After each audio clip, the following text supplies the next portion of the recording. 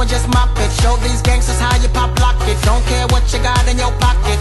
I beat the way that you rockin' with that thing. Girl, stop it. Wanna just bang, bang, and pop it. While the club crowd are just watching. Work it out. Got a gang of cash and it's going all on the ball. Now work it out.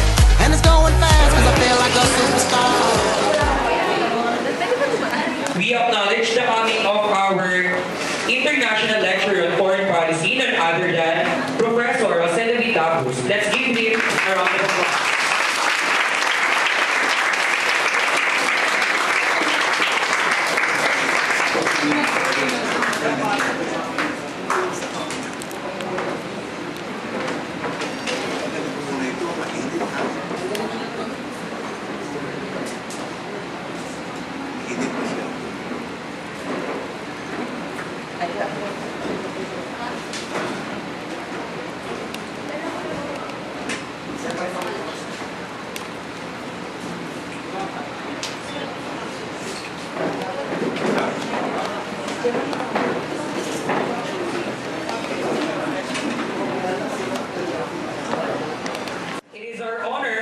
For us to stand here in front of you as we have our convocation. I am Dijan Bagay and I am Ian Christopher A. Santos, the masters of this ceremony, with the theme The Two Worlds, Science and Technology and the Social Sciences, specifically History and Life of Words and Works of our Dr. Jose Rizal. We are interested in the ways in which science can inform the creation of art and the ways that art can be used to bring scientific concepts on unscientific audiences. And now, to formally start our program, we will call on Ms. Cherise Marian Medina for the invocation. Lord, we thank you for this day as we go on with this confirmation. Lord, we thank you for giving us the land, the blessings that we have. Now you may guide us in this confirmation so that we may learn the things that we want to do. And also, we guide the lecturers that will give us the knowledge that may give us the knowledge in the future that we can use in our days. Lord, we thank you.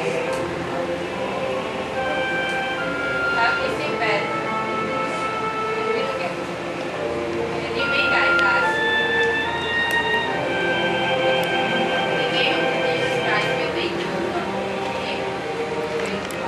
Engineer Guillermo Bernabe. Let's give him a round of applause.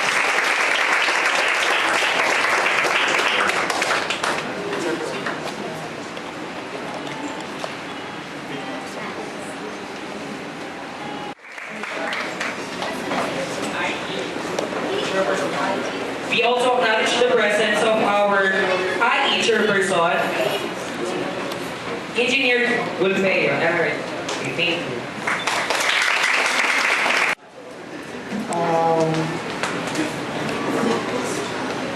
Welcome to the special convocation with the theme entitled Two Propellers on Separation or the Synergism between Scientia, Humanities, or the working together of science and technology and the social studies. This activity was conceptualized because the engineering supposedly should be given a chance to understand the principle of social science in terms of our engineering profession. So when we say social science, these are social scientists. And when we say social scientists, these are people who engineer the social activities of the people like you and us.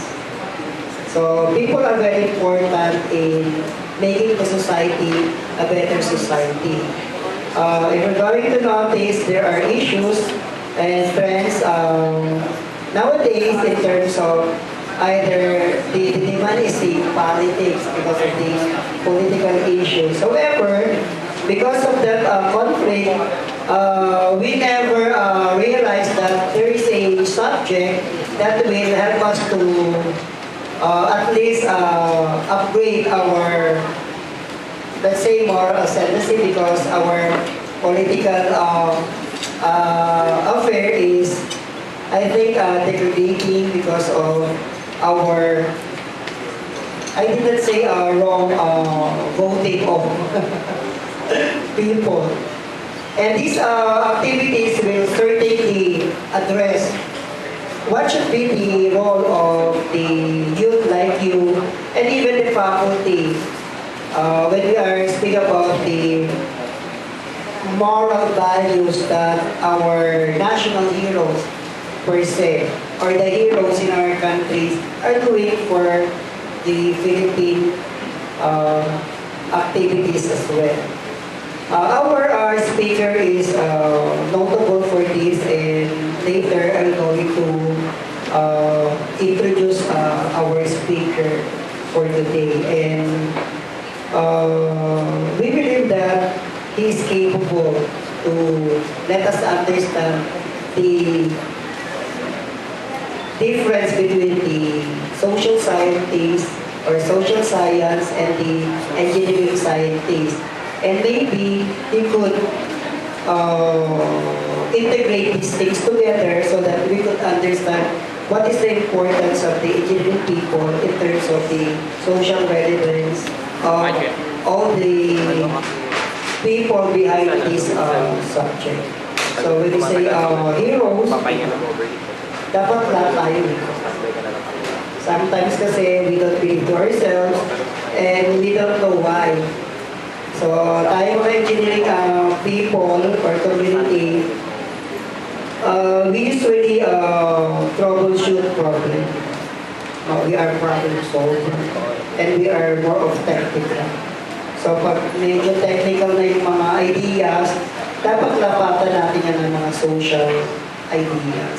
And isa to sa mga magandang avenue para sa mga katulad nyo na mga bata pa lang to understand the social science in terms of relationship into our engineering profession, for example. And I would like to welcome also acknowledge also the presence of the chairperson of the Engineering Science Department, Engineer Colonel Dorias, and also I would like to acknowledge also the presence of our different chairpersons of the different departments. And also I would like to thank the student for organizing a very special convocation like this. Alam ko naman, nahirapan tayo kasi nawala ng pasok ng isang linggo. So there are no communication and mukhang maganda naman at maayos ang activity. And I would like to congratulate unang-una ang mga estudyante ng computer engineering. Computer engineering, ang nag-organize. And hopefully, next year, hindi lang computer engineering ang mga kasama natin. The different engineering or program ng ating kolehiyo. And it is indeed a timely na we could have a special convocation like this kasi nga may mga subject tayo sa ating curriculum na hindi engineering subject. And sana ma-appreciate natin yung mga subject na iyon sa tulong ng ganitong klaseng seminar. At take note na hindi naman tinuturo sa mga subject natin yung mga ganitong pagtuturo. Pero kaya special yung mga seminar. When you attended the seminar, ito yung mga tayo intindi. I will end up this welcome remarks and thank you very much and congratulations for this activity.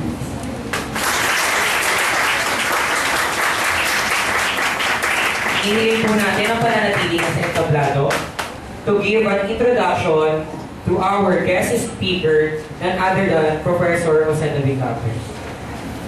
Thank you, Lynn. At pala, di ako. Okay, Our speaker is a member of the Honor Society of Phi Kappa Phi, and has been teaching at the Pontifical University of Santo Tomas in Manila for more than 3 decades. He graduated cum laude from the University of the Philippines with a Bachelor of Arts degree major in Political Science and major in History in 1963. Afterward, he pursued a postgraduate course as a British Council Scholar in International Politics and Foreign Policy at the University of Glasgow in Scotland, United Kingdom. He also took a specialized course in peace research and conflict resolution approach to international politics and relations at the same university. He is a TOEIC or 10 Outstanding Young Men Awardee for Political Science, and he lectured in different universities such as Harvard, Yale, Eastern Washington, East Carolina, UCLA, University of London, Strathclyde University, LSE, Oxford, State University of Leningrad, now Petersburg, in the former Union of Socialist Soviet Republic, University of Moscow in the Russian Federation, and Humboldt University of Berlin in Germany.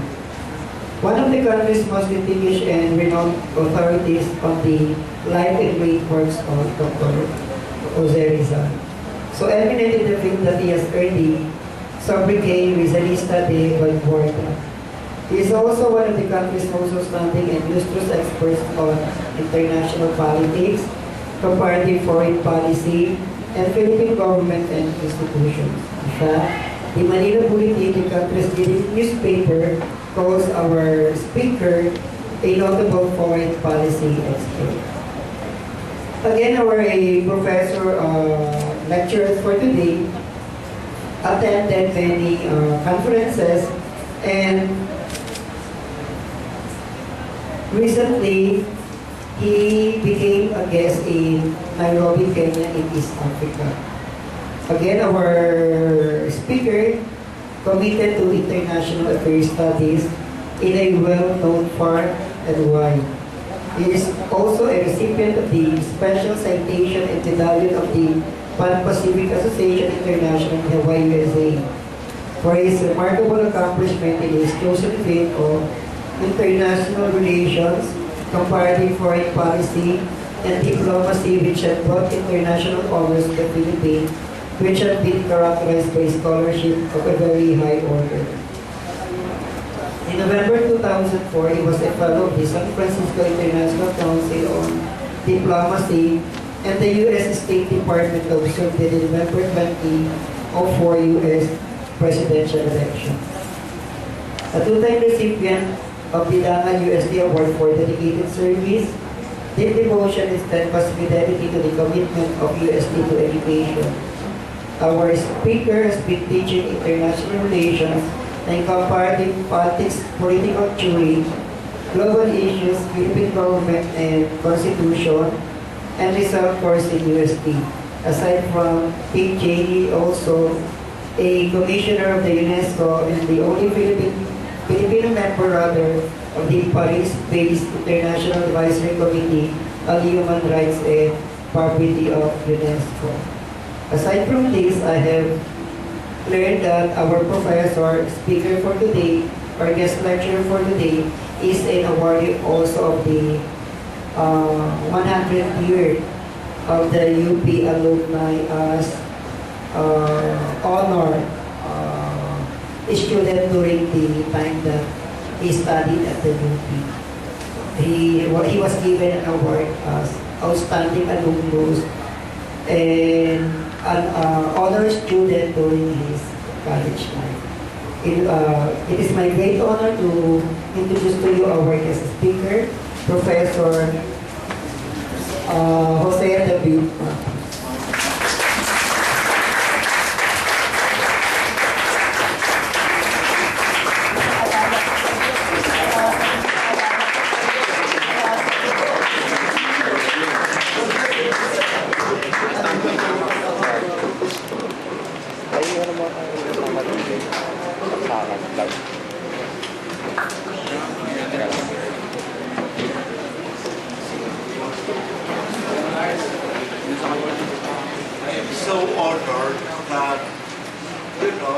I belong to the ECOFOR, Economics Politics Department in the Mabini campus. In a way, I am a visitor here because the subject, history, there is I'm affiliated with the ECOFOR, now known as the school, with the assumption of the President Domingo. He has changed that into a school of public art, a school of public administration and political science. It is now a college.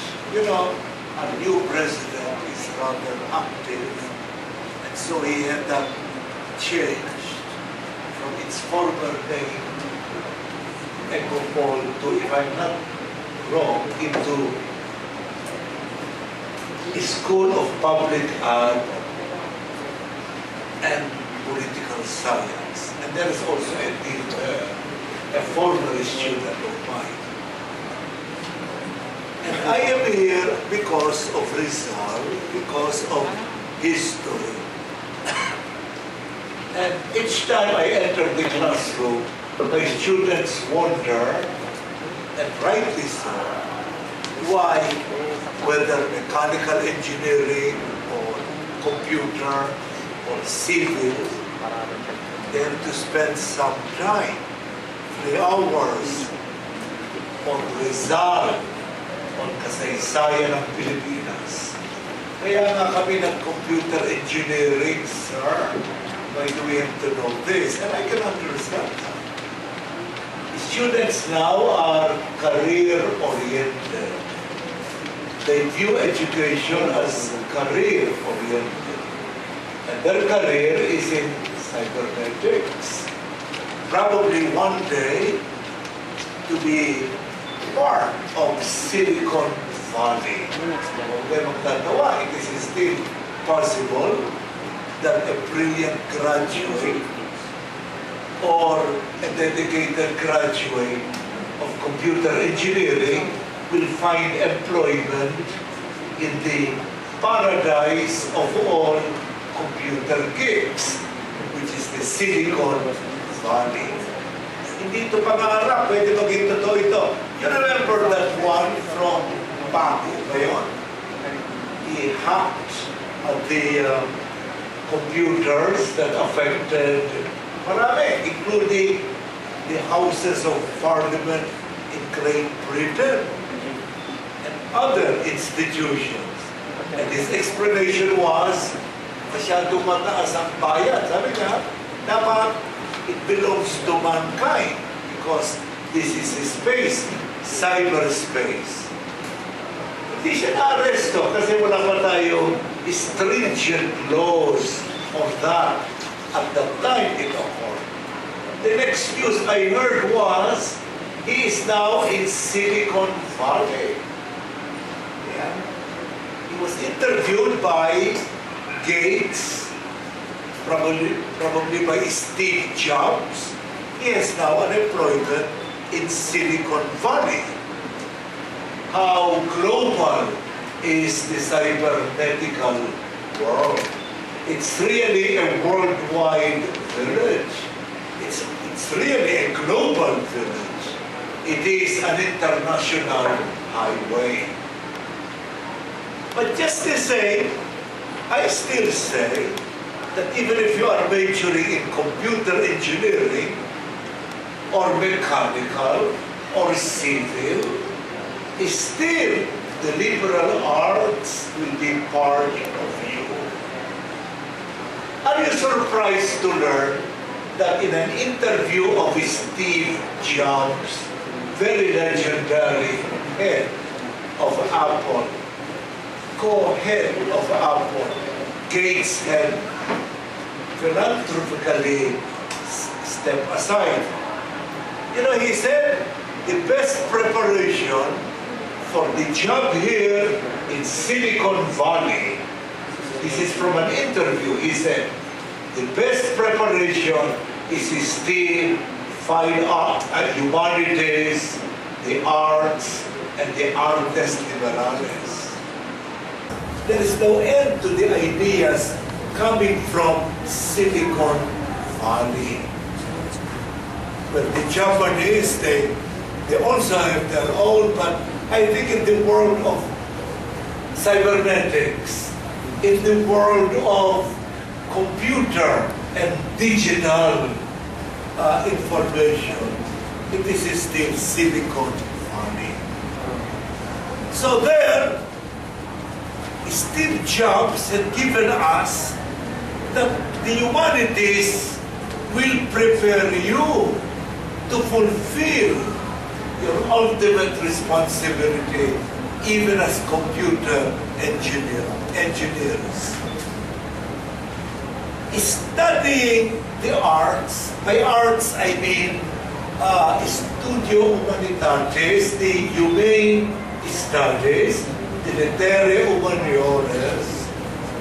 That is what I mean by the liberal arts. They allow us and you to become familiar with and make great use of very creative ideas and minds. Ang alam na natin sa computer is what you are holding in your hand. But what you are holding in your hand is the product of many creative minds. From the size of the phone, to the way you open it, to the etc. Minds have gone into it, and if you will analyze, you buy a computer because of its appearance, because of how it is easy to handle, because other factors which are in the field of the arts and the humanities. For example, I think you will agree with me. You just click and the designs are so fascinating. Well, those graphics, those designs that reproduce the work of Rembrandt, for example, or the work of Leonardo da Vinci, and you see it on the computer, of course there is science there, no doubt. But what comes out is ultimately art, the lettere humaniores of it all. That is the reason you will buy that model. Because you all assume, anyway, these are computers. And of course, the efficiency. You see, when we study, however great the school is, whether it is Stanford University, you know, Silicon Valley is where you find the Stanford University, where you find the another state university. It is all in California. It is west of California. And it's clear. And yet, the latest techniques, the latest state of the art of what we do, we find it in Silicon Valley. We find it as we practice the art of digital information.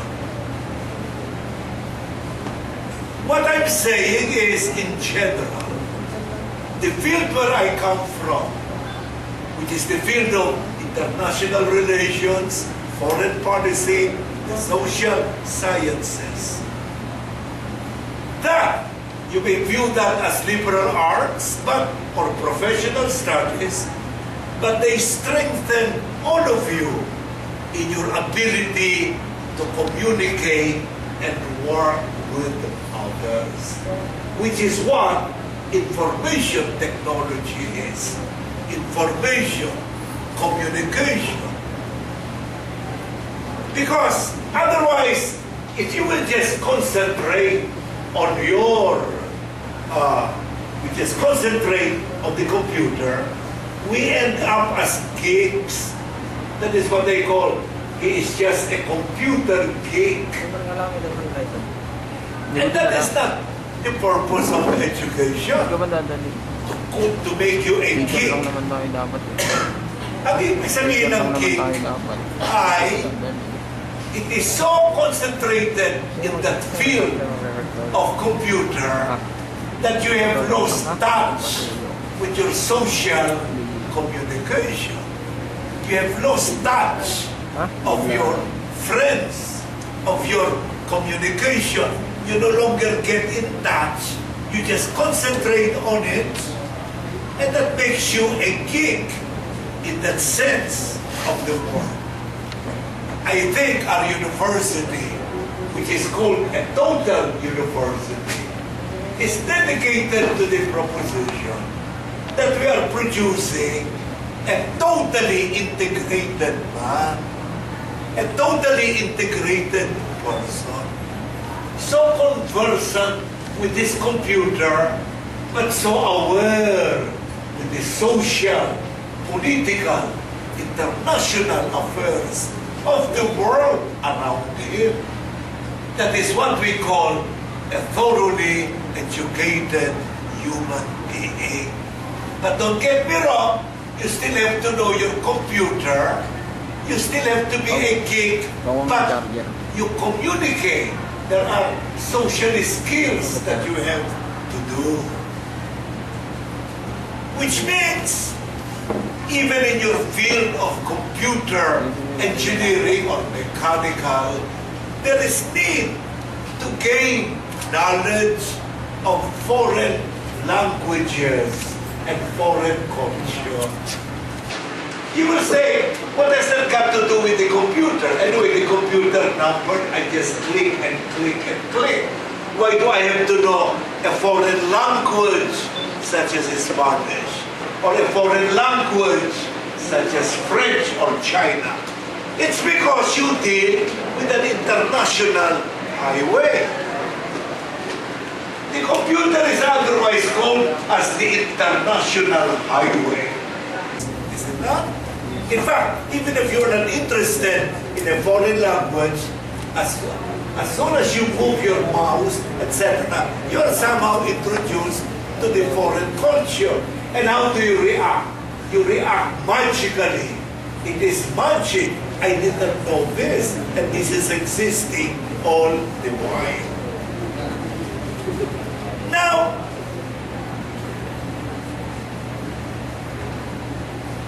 we study science. Of course, science is important.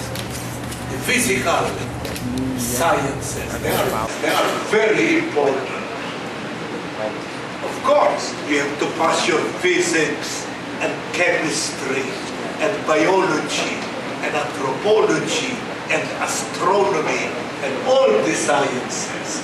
They are very important. But we have to get to know what is the impact of those sciences on us. It is not enough to know physics, but we have to know what is the impact of physics on our life. And that impact, how that impact is created is in the world of artes liberales. That is in the world of studio humanitatis, in the humane learning. Because those studies inform us of the needs of society, as well as the important considerations for the concerned scientists, whether mechanical, civil, etc., to appreciate and learn from the field that is addressed. There is that important connection. I think I am bringing to you, or I'm trying to describe to you, a world of interdisciplinary universe. It is an interdisciplinary universe, and it will add value to your own degree once you graduate in your chosen specialization. You know, once we receive our diploma, the diploma defines and symbolizes who we are, isn't that? And what we are qualified to be. It is a requirement when you apply for a job. And copy, if I can have your attention, class, remember this is an extension of the class. Hindi ba? Because what I'm discussing is something interesting, I think. But you will not get the interest if you are so engrossed in your own private conversations. Now, what I was trying to say is, as soon as you apply, the thing that they will ask of you is a diploma and your transcript of records, okay? In other words, your graduation from here defines, and because you have the diploma, it symbolizes who you are and what you are qualified to do. But you see, the true value of that sheepskin scroll, hindi naman nakasulat sa sheepskin scroll, no? A piece of paper na lang. Pero when I graduated, talaga sheepskin scroll. You know, but the value of that sheepskin scroll, the true value, is derived from what we have put into our head and into our heart. The diploma you handle to the employer symbolizes who you are, what you are capable of doing. Who you are and what you are qualified to do. But from your point of view, your diploma represents the broad knowledge that you have brought into your head and into your heart. It is not just the brain, but the heart. And most of it, you derive that from PUP. You know, I am against this kind of discrimination because I have taught in several universities. And I am familiar with some of the greatest universities in the world. I cannot understand why a PUP alumnus and with very high grades with the diploma, when he applies in Makati, let us say, in the Ayala Corporation or other corporations, and the moment they ask for the school, somehow they have already graded you. You see, if they just look into a diploma, well, they may not be so impressed. But, as I said, the diploma also represents what you have put in terms of knowledge and ideas into the diploma. Externally, it shows who you are, what you can do. But internally, it shows the true you. Human relations interviewers, they just look at the appearance, huh? How you are dressed, what school you come from. I think that has to be retrained, re-educated. And that is a kind of discrimination. I wish I were in Congress, I could probably introduce a law that will make that illegal. The way discrimination is illegal in the United States and Great Britain. You know, that is discrimination based on his bias about you. That has to be tested, you see. Whether you come from PUP or you come from UST, lahat naman pumasaya ng professional regulation at dahil sa examination. That is what I should evaluate. Not that you come from PUP and therefore you are automatically debased. And he comes from UST, he is automatically promoted. No, that is wrong in discrimination. And in other cultures, that will be illegal. Ang maganda sa Silicon Valley, they don't look into your diplomas. They don't look into your diploma. They assume you know something about computers. They view you as part of a village where ideas will come from your head. Yun ay tatanong ni Gates, yun ay tatanong ni Steve Jobs. Magiging pelikula ang buhay niya, Steve Jobs. I encourage you to see it, si Kuchner. Because it's of the life of a remarkable individual who died of pancreatic cancer. Kailan lang, no? Dahil hindi niya pinansin ang kanyang pagkain. Siya yung genius niya sa Silicon Valley. Maraming geniuses dyan. Pero isa siya sa Apple, ano? Yung buhay niya will inspire you. He doesn't care about appearances. He doesn't care where you come from. He doesn't care what is the color of your skin. But he cares the moment you start giving ideas going round and round your head as far as computers are concerned. Sa Pilipinas, masyado tayo conscious ng externals. Alam mo, externals, yun ba? Paano siya nakabihis? Sa Amerika ka, they dress the way they dress, no? You dress according to your taste, according to your sense of what is good for you.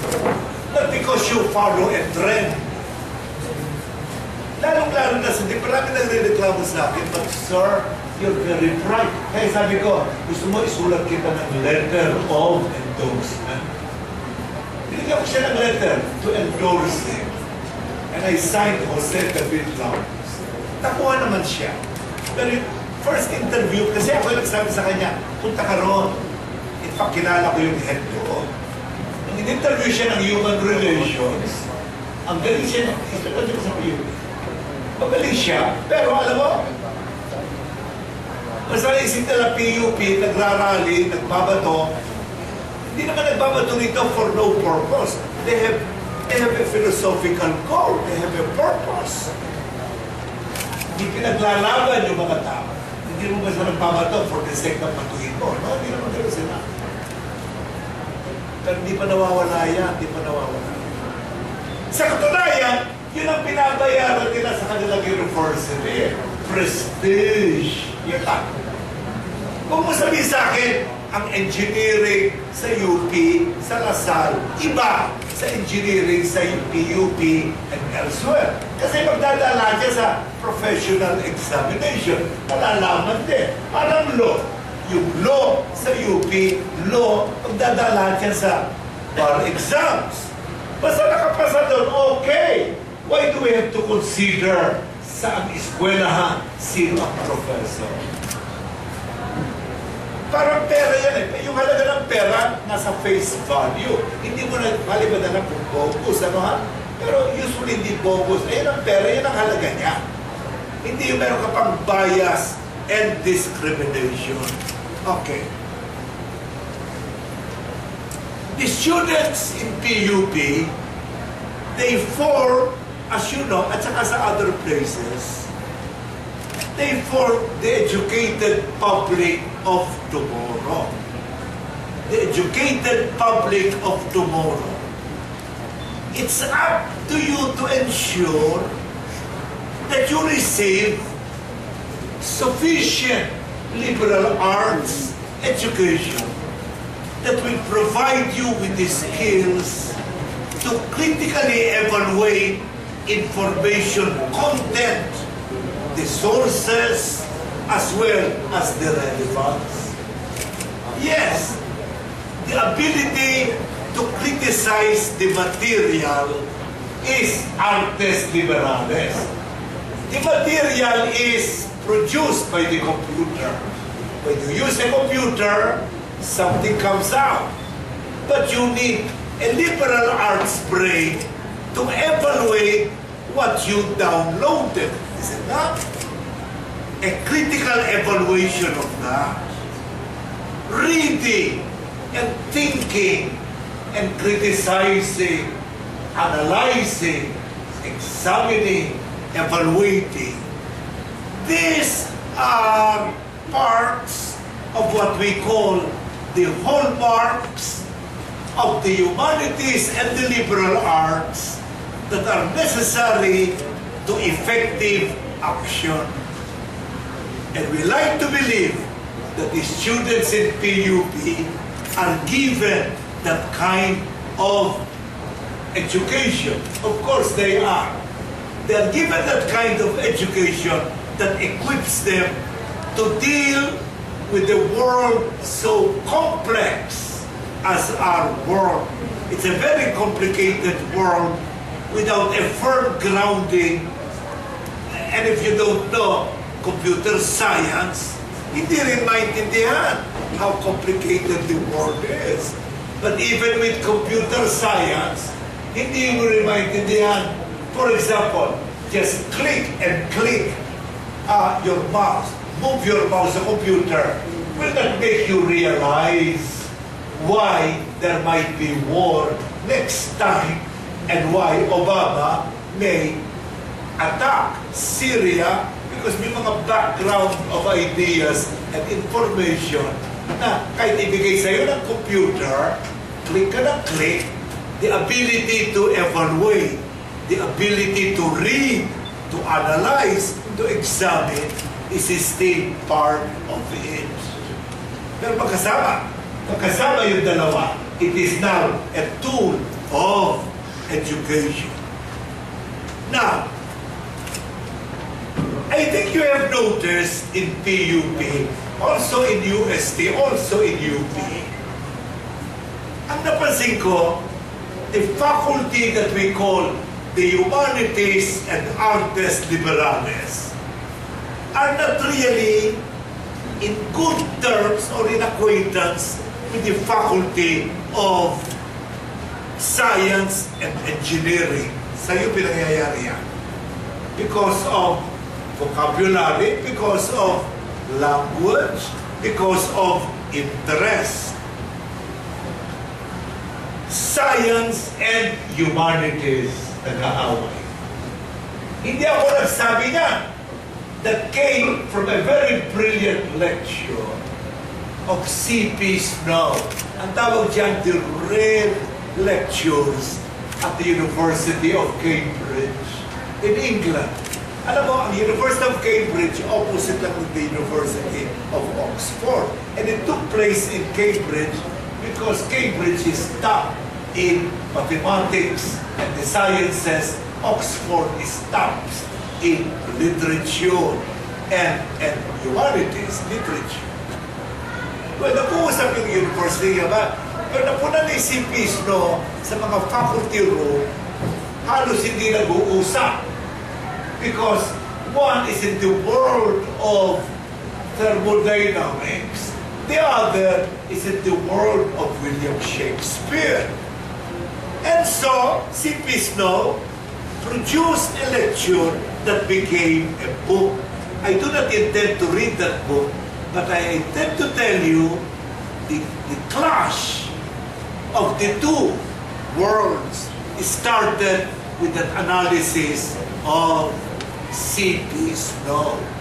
Rather distinguished, very distinguished lecture at the University of Cambridge. Hindi Amerika, ito ha, England, sa Inglaterra nangyari. Now, a factual na liberal arts sciences,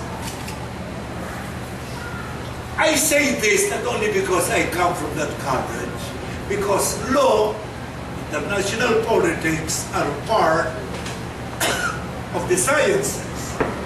Now, they prepare us to become not only multilingual.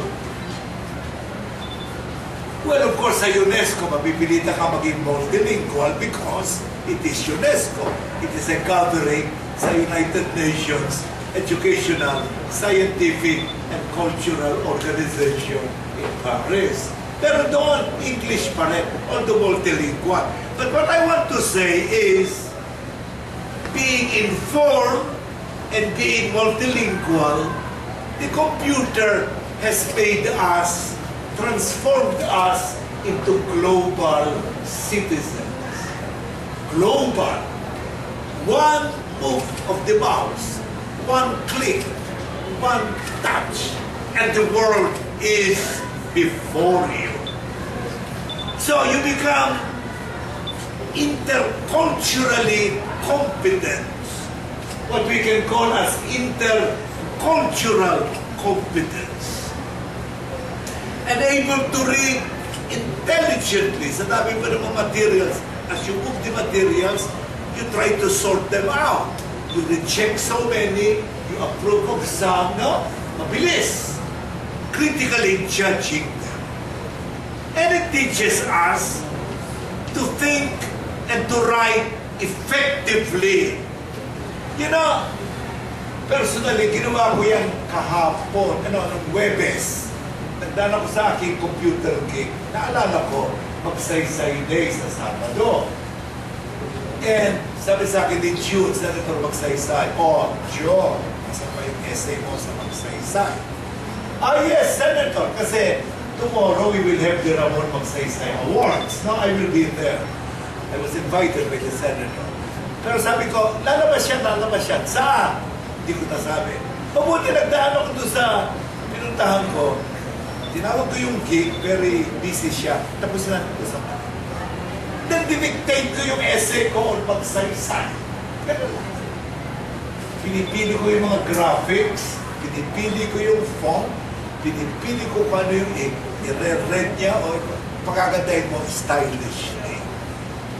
Then na-produce ko yung essay, hindi problema sa akin mag-write ng essay, pero problema sa akin para maging attractive sa computer. Kasi hindi ko kanya lamang, ida-download niya. Nag-usap kami kaninang umaga, no? Kaninang umaga, no? Kahapon ang umaga, tinanggap niya yata tinawag niya ako, thank you. Kala niya matagal ko sinulat. Huwag niyo sasabihin, nasa harap ako ng computer, iniisip ko lamang, natapos namin kasi mahal ang rent doon.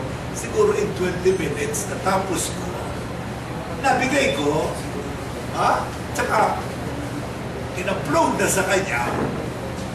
Eh sabi niya, oy, huwag kang mawawala sa Ramon Magsaysay Awards sa Sabado, ha? Which is tomorrow. Hindi ako nawawala sa Ramon. Lalo na mga winners nila are from Pakistan, from India, and there is one brilliant Filipino, 5 na ang nanalo. But all in the field of social sciences. Yung isa na our biology, ganyan, or environment, gano'n. And they are all computer illiterate. Yan sabi niya, ang interest ko, it's not that. Ang interest ko ay ito. Ang interest ko ay ito, computer is the medium. That is how they became perceptive of the world around them. Through those iPhone or iPod or whatever you call it, through your smartphones, you become, I assume, intelligent about the issues that arise around you. Not only personally, but professionally. Mas importante yun, no? Professionally and socially. Kasi hindi lang naman ang sarili mo eh. I mean, you deal with the world. Did you know that? Whatever you put into the computer goes to the whole cybernetics. And that is why you have to think twice, thrice before you write it. You see, yung garbage in, garbage out, kung yun magawin sa computer, you are before a very powerful instrument. And your audience is the whole global village. Your audience is the whole planet. Buong planeta. Eh, sasabihin mo yan, should be meaningful to the rest of the planet. Of course, may konting katuwaan.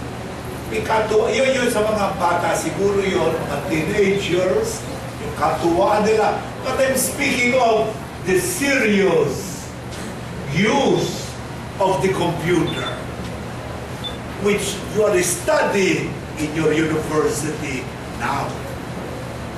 There is transformed into practical action. Why did I say that? Knowledge is transformed into ethical action.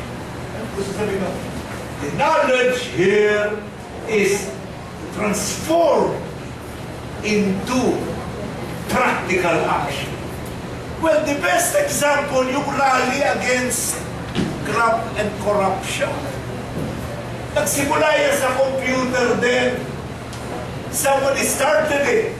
Another picked it up, expanded on it, and before you know it, it had become viral. Then, dumating na rin ang other propaganda. And did you see that huge mammoth crowd sa Rizal Park? That shows to you the indignation of an outraged world. Many foreigners were there. At saka, naalala ko yung people power noon, ganun eh, maaliwalas at saka masaya at maganda ang climate. Umuulan pero paambon-ambon. Hindi bumuhos ang heavy monsoon rains, kundi paambon-ambon, which the people like kasi comfortable. They felt good, though they brought umbrellas. Million na yun, they say, hindi umabot ng million. But if you include yung sa Los Angeles, sa California, sa New York, sa Hawaii, sa Washington DC, and other global cities, lalo na sa Hong Kong, our contract workers in Hong Kong, they were so disgusted. Bakit sila disgusted? Kasi first, exposed na rin sila sa global culture and global morals, no? Then naisip nila, o nga sa bahay ko, sa bansa ko, ganyan. Bakit ba ganyan? Tsaka pera ko rin yun, ah. Di ba nagpapadala kami ng dollars? Ang daming taxes kami binabayaran. And then, the exposure was made. Nanakaw lahat ito ng mga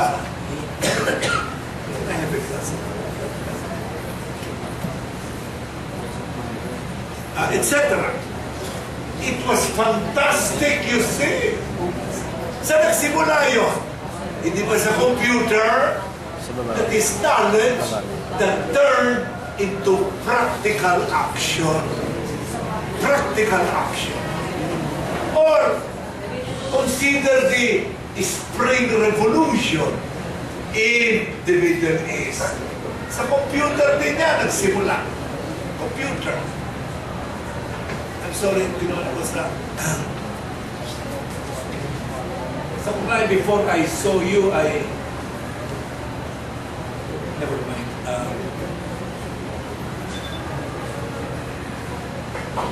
The revolution in the Middle East, yung nangyari sa Egypt, lahat sa computer. We are watching a civil war right sa ating sala. That depends on what you watch, of course. But if you are watching CNN or the British Broadcasting Corporation or the CNBC or the Al Jazeera or the Bloomberg, lahat yan makakadikit sila. 20, 21, 20, that would be CNN. 21, that would be Fox News Television. 22, that would be Al Jazeera. 23, that would be the British Corporation. 25 or 24 would be the CNBC. If you watch those, you are watching revolutions and civil wars right in your sala. And here, nanonood nyo, alam ko na, mga daigdig ni Nora Honor, puso ni Amalia Fuentes, puso ni Susan Roses, yung mga ganun, no? Walang masama doon. Class mo lang masama. Entertainment yan eh. Walang masama doon. Manood kayo sa puso ni Nora Honor. Walang masama doon. Pero now and then, punta na ba kayo sa GMA? Magandang GMA News. Oh yes, very informative of GMA. na si Jessica. 9 o'clock yan. At saka yung news nila. Hindi naman lahat yan soap opera. May karapat na kayong manood. That is your democratic right. Pero ibabalance nyo ba na ano nangyayari ngayon sa Syria? Bakit sabi ni Professor Lapuz, hindi matatapos ang linggo o Lunes, there will be attack. Nakaamba na yung mga warships ng Amerika. Didiscuss ko yun mamaya. In any case, practical action becomes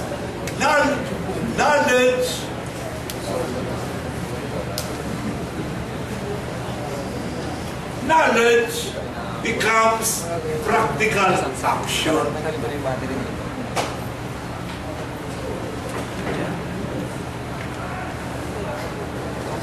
Sinabi ko kanina si Steve Jobs. Sa kanya, importante nag-a-apply, hindi niya tinatanong ang cybernetics. He assumes you know computers. Kaya hindi ka naman pumunta siguro sa Silicon Valley kung wala kang alam sa computer. Kaya hindi ka na niya tatanungin, how well do you know the computers? Kasi yung alam mo is the practical state of knowledge. Ang Silicon Valley is for research, more. So, tatanungin ka niya siguro tatanong niya, kamukha ng nabasa ko, on graphics, on beautiful fonts, on the typography. Ano magandang typography? What is your imagination? And how do you bring those graphics to attract the people? How will you see to it the smartphone higit na maganda than its rival, the beautiful pictures that you show, the artwork, etc., etc. Yun ay tatanong nila. And do you have more ideas? Gusto niya ideas. Hindi kaya tatanungin, ay, mag-computer ka nga dyan. Is it the way you apply for a job, mag-computer ka. It is assumed you know your computer. What is it demanding? Something higher, something else, which is really liberal arts. Your knowledge of literature, your knowledge of painting, fine arts. Nabasa niyo ba, alam niyo ba, si Leonardo da Vinci, one of the greatest, if not the greatest artist, ng kanyang Mona Lisa and the Last Supper. Do you know marami siyang designs na mathematical designs? Marami siyang designs sa brain niya. Tapos gumawa ng painting. Pinakita in one museum in London known as the Queen's Museum. I saw yung mga graphics na dinodrawing ni Leonardo da Vinci. Mga temporary drawings before he produces a masterpiece. Talaga nag-draw siya. Therefore, a knowledge of geometry, a knowledge of angles, angular, di ba? Yun ang mathematics side. Pure mathematics alone will not produce the Mona Lisa. What will produce it? The mathematics plus the genius, plus the ideas. Ideas pa rin ni Leonardo da Vinci. But he produces mga designs, mga drawing, kahit ang airplane, kahit ang mga aeroplano. Da Vinci of the Renaissance. What a universal genius he was. He is the best proof that the sciences and the arts ay magkasama, hindi magkahiwalay. Magkasama talaga yan. Si Plato, alam niyo, mag-aaral kayo dito, baka napag-aralan nyo na sa political science or introduction. Si Plato, sa kanyang The Academy of Plato, yung eskwela ni Plato, tinawag niyang The Academy of Plato. Ang nakasulat sa pintuan ni Plato,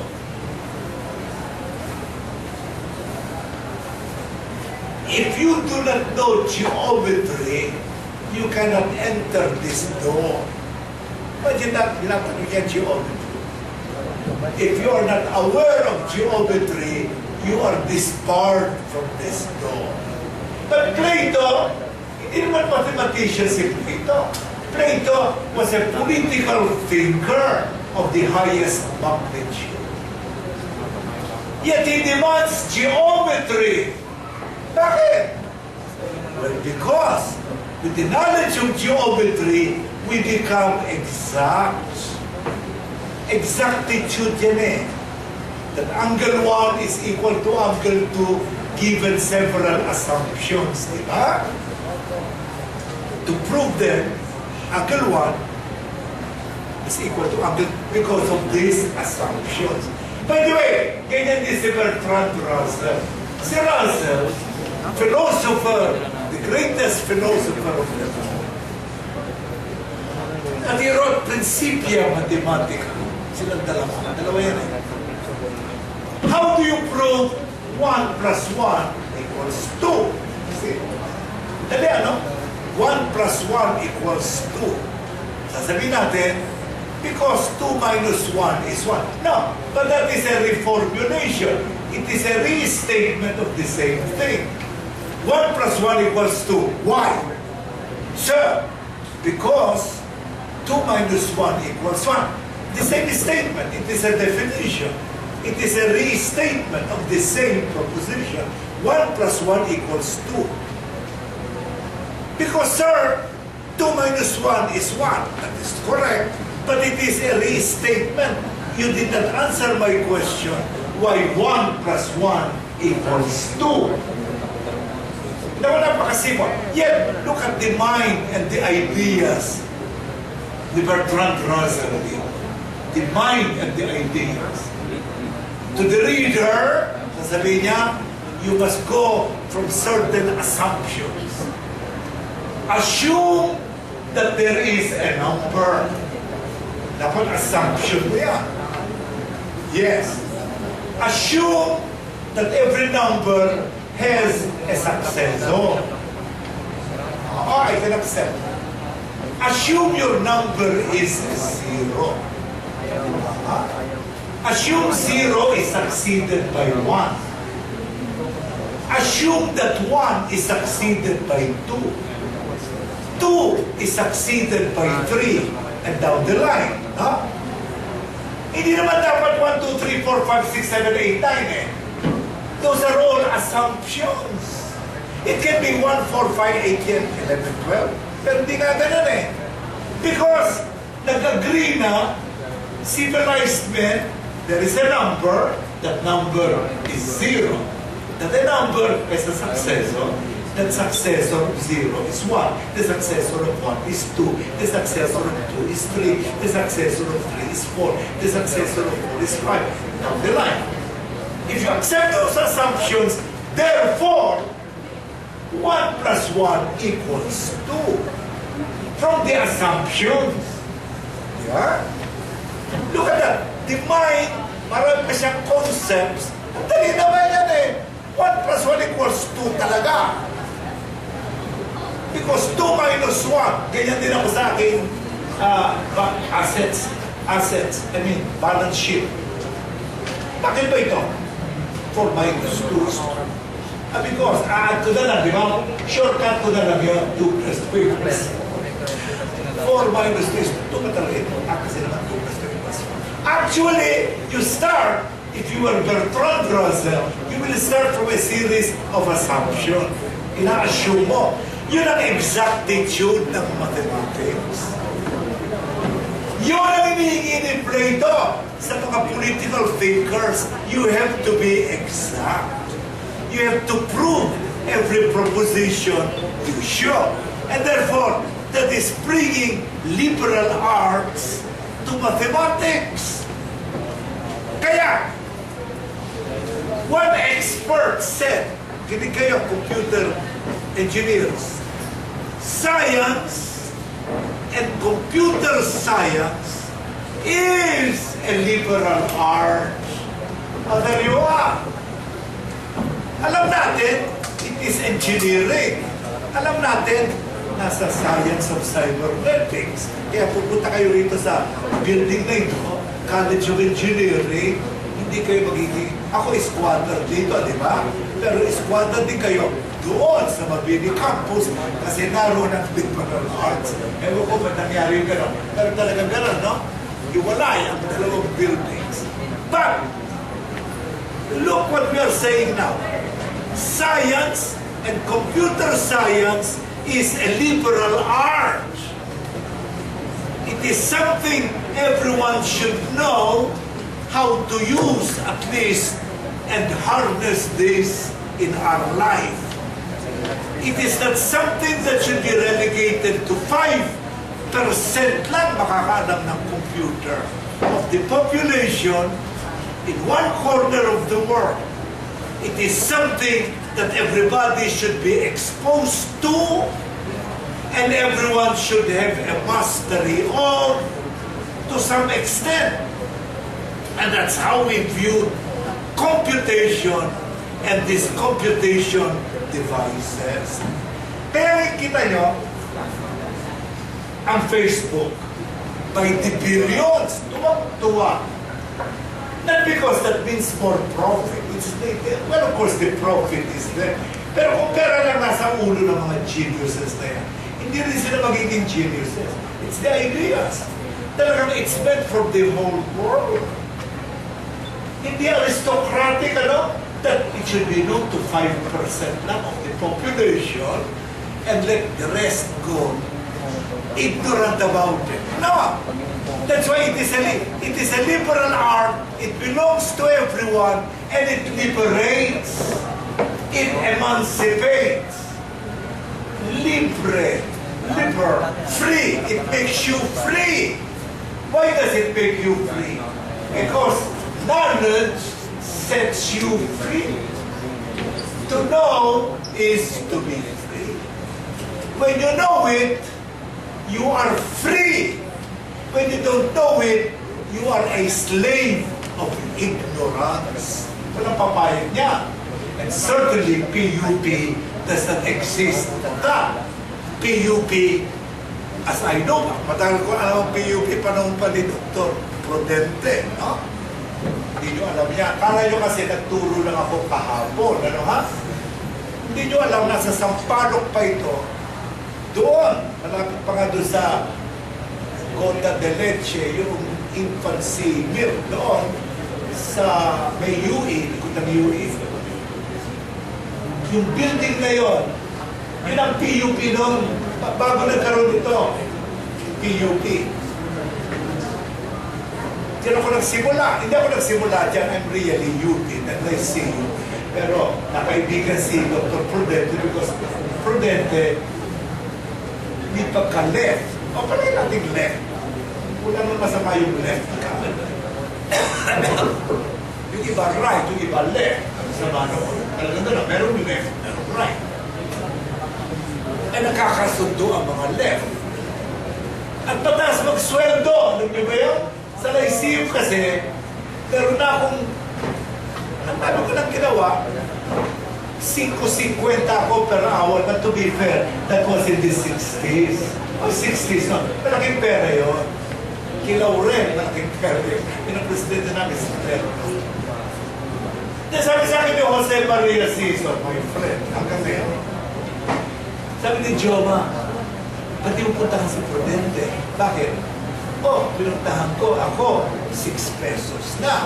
Ha? Paano ka naging 6 pesos? Eh, sa Lyceum, 5 pesos ka lang. Then tumawag, alam niyo nga si Joma, tatawa lang yun, ano ha? Pagpunta ka ron. Medyo yung asawa niya, si Juliet de Lima, kapatid dito si Laila de Lima. Kaya kung matawag si Laila de Lima. Okay yan si Laila, fighter yun. Aba, nag-absent ako sa Lyceum, tinawid ko, punta ko sa mga doon, no? May mga sampayan pa nga yan, kasi bahay din niya ng mga nakatira doon. Then I saw his office. Kilala naman niya ako. Joe, sir, no, sir. Nag-apply daw dito. Oo. Gusto mo magturo dito, pwede ba? When do you start? Tomorrow! Alright, tomorrow. Natawag niya yung chairman ng philosophy.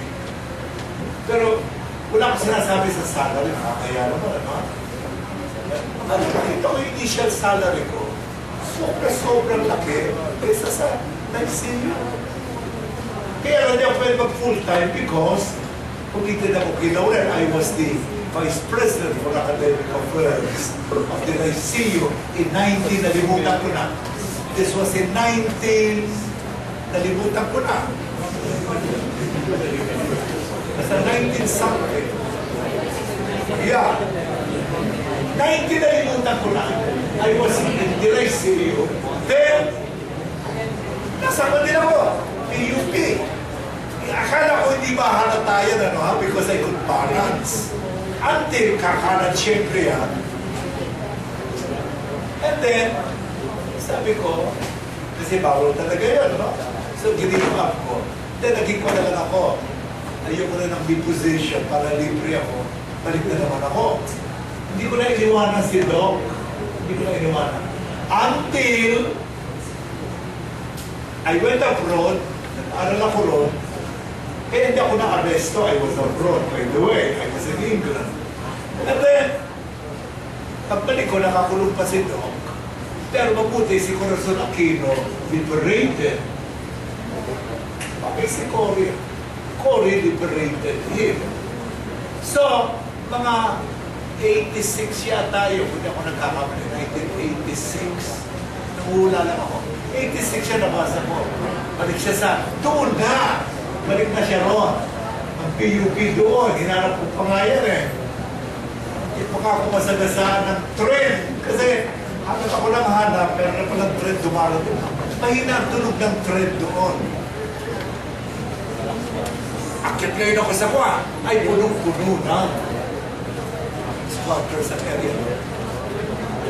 Ay, doon na naman kami. Doc! So, libre ko na pala. Oo. First day, presidente siya. No?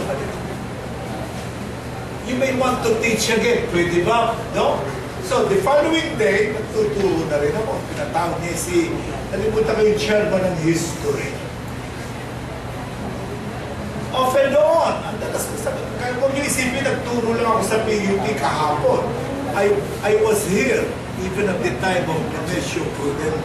But to go back, so, hindi lamang dapat 5% of the population, ano?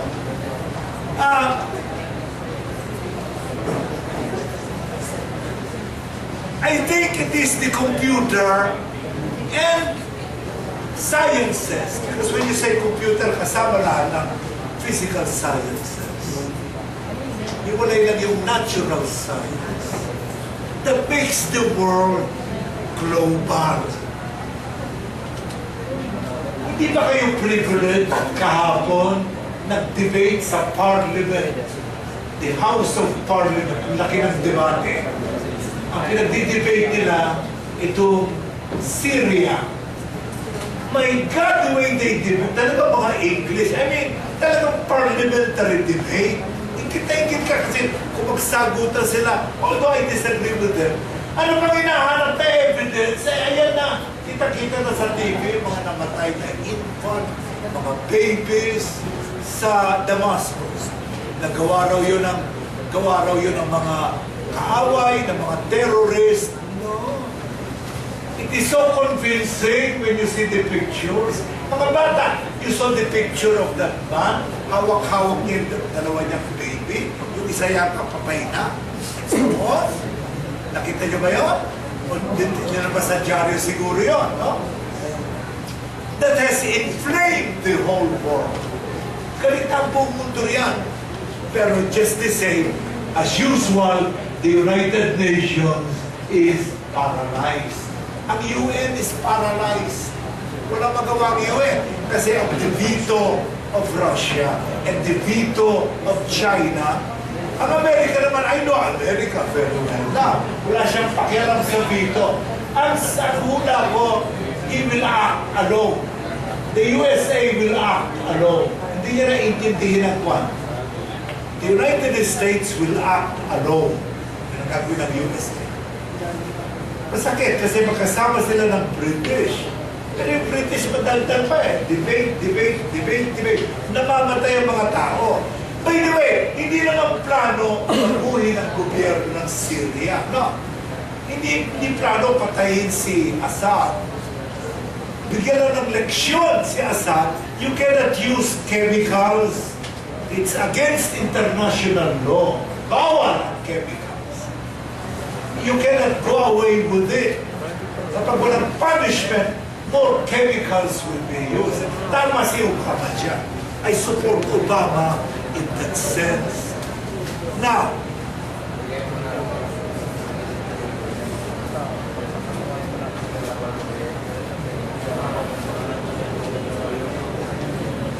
pag naiisip ko, class, yung isang tao sa pandakan, alam niyo ba yung nasa pandakan na yun? Doon lang siya sa maliit niyang room, nag-hack,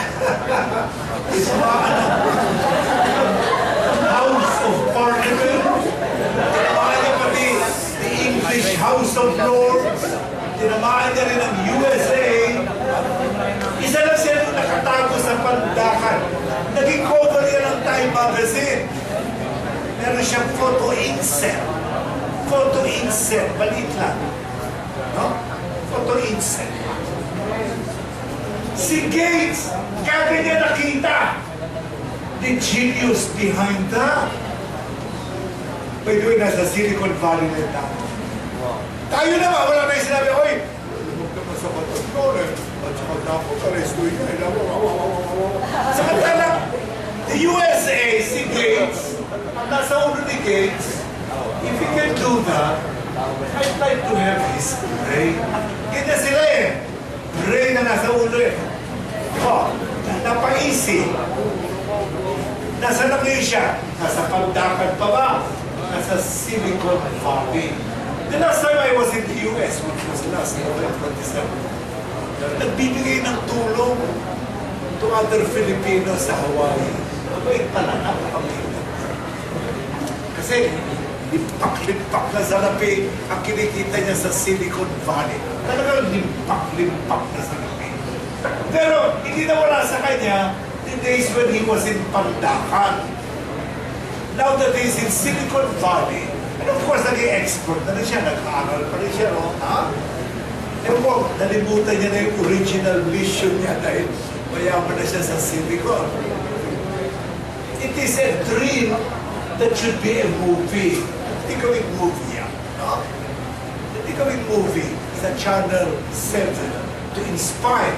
Now, I'm not saying you should hack mga computers. I'm not saying that. What I'm saying is, your knowledge of computer is so staggeringly clear. Hahanapin ka ng Silicon Valley.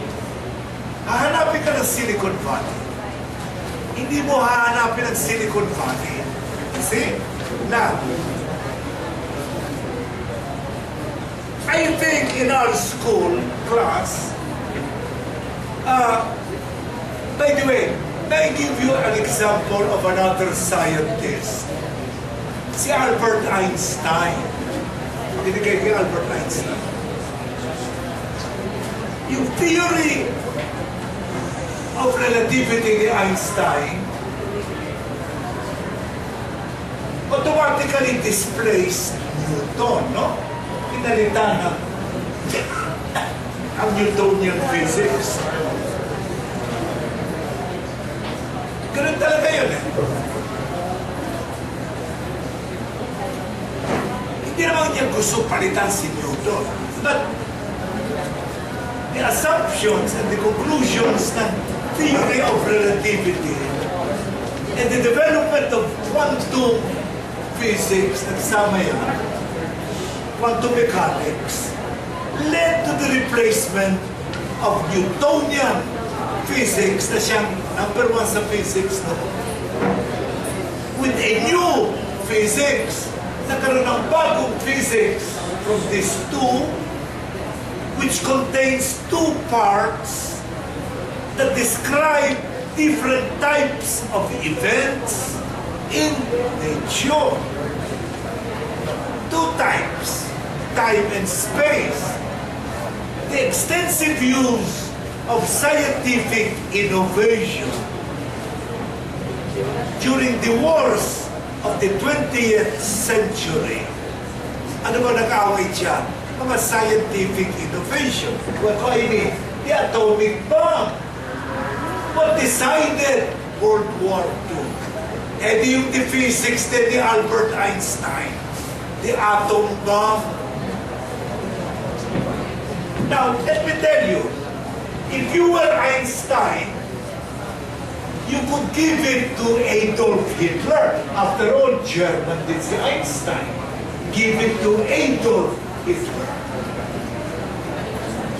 Pero si Einstein, yung liberal arts value ni Einstein, yung kanyang ethics, yung kanyang morals, yung kanyang mind, made him decide to give it to Franklin Delano Roosevelt. Binigay niya sa Amerikano. Samantala nag-aaral siya in German universities. Nakuha niya because Germany is really noted for science. Yet, yung natutunan niya at saka yung kanyang famous theory of relativity, minabuti niya makuha ng Amerikano kesa ng mga Aleman. Bakit? Doon pumasok ang humanities, human values, liberal arts ni Albert Einstein. It is a question of ethics. It is a question of morals. At masaya siya if it should go not to Adolf Hitler. Dapat nga kay Adolf Hitler. Si Adolf Hitler was Austrian. Actually noon, to be an Austrian was to be noon ang Austro-Hungarian Empire. Pero talagang German, Austrian. Hindi niya binigay doon. You see? Now, masyado nang ibabaw ang scientific innovation. It led, the 20th century, led us to a space race, increase in life expectancy, nuclear arms race. Kaya lahat namangha sa wonders of modern science. Dahil mananalo sa World War, yung country more advanced scientifically. Mananalo ba naman ang Spain against the USA during that war in the Battle of Manila Bay? Ang bapor ng Castilla, kahoy. Ang bapor ng mga Amerikano is still with their knowledge of navigation. Walang pag-asa. Ang Spanish Navy. But there was a time the Spanish Navy ruled the ocean. This was the golden age of Spain. Pero yung century niya, hindi niya na golden age. Tinalo siya ni Admiral Dewey with his superior navy. Now, alam niyo ba, nung hindi pinapansin ang science until nauna ang Russia sa Sputnik. Aba naman ha, the whole USA, no? Ano ito? Bakit mauna ang Russia sa Sputnik? Bakit mauna ang Soviet Russia? So, nagkaroon sila ng total re-evaluation ng kanilang education. Why did the USA, why was she left behind the USSR in this space age? Katakot-takot yun. Starting with Kennedy, no? Nalipin nun ang education, ang improvement. Until nilagpasan nila sa space age when they landed the moon, the man on the moon. Namuna na naman ang USA. Kaya wala akong duda, kahit hindi sumang-ayon ng Russia, hindi sumang-ayon ng China, and the USA feels morally convinced na yung war sa Syria is a war against mankind where infants and children are killed while they are asleep. Kahit nagputuhan ng case, we are not joining. Papatuloy si Obama. Obama is that person, he will go ahead. And he will prevail. Not because the Americans are so imperialistic. No! The American Army is so science-oriented. Oh, science ito, ha? You have 4 warships sa east of the Mediterranean. Oh, they will use the Tomahawks cruise para tamaan ng missiles. Yung laban nagpo-produce ng chemical weapons. Hindi na makikisama sa Civil War ng USA.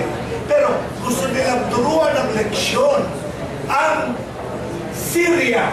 You cannot use chemical weapons and get away with it. Matutudas nila yun. Pinpointed na yan. Pinpointed na yan sa intelligence ng USA. Sa bagay, lalaban din ng Syria. No? Ito yung mga warships ng Syria. So, sasabihin ninyo, bobombahin naman siya. Yes, pero nalalaman din ng armed forces, ng US intelligence, hinahanda ng mga aeroplano ron. Uurong na yung flotilla niya. Uurong sila. Bakit? Science! Science there tells, pero di na totodasin si Assad. That is not their agenda. Hindi ito Iraq. Ito ay Syria. Kasi nga naman, pag hindi mo tinuruan sa chemical weapons, they can use it and not be punished. They will go on using it, and they will use it again and again and again. Hindi papayag ang civilized. Kaya tandaan yung sinabi ko, by next week, o baka linggo, o lunes, o martes, o miyerkules, naka-action na yung mga tomahawks. At magkikising na lang, it will weaken ang chemical weapons. Does that mean American soldiers will go there and fight? No! This is not Iraq. Wala yan sa agenda. Does it mean the USA will be involved in the shooting war? No! Gusto lang ng America to tell them, you can have your civil war, but keep your chemical weapons out. You cannot use chemical weapons. Yun ang point ni Obama. At magandang point yan sa international. It is science ang naglalaban. Of course, science will produce the planes, the bombs, etc. And there is no doubt in my mind that today, the USA is the singular, is the only, is the sole greatest power on earth. Kahit lumaban ng Moscow, wala sinabi ng Moscow. Well, of course, sa moral opinion, iisipin din ng Amerika, huwag na masyadong soplado, huwag na masyadong gano'n, ano? Ang purpose niya na is to stop the chemical war. Hindi siya sumasama sa civil war. Sa civil war, manalo yung mas malakas. They are not there to change the regime. They are not for regime change. They are not. Abangan nyo, sinabi ko yan, by next week, if I know what I know in international relations, the war sa Syria na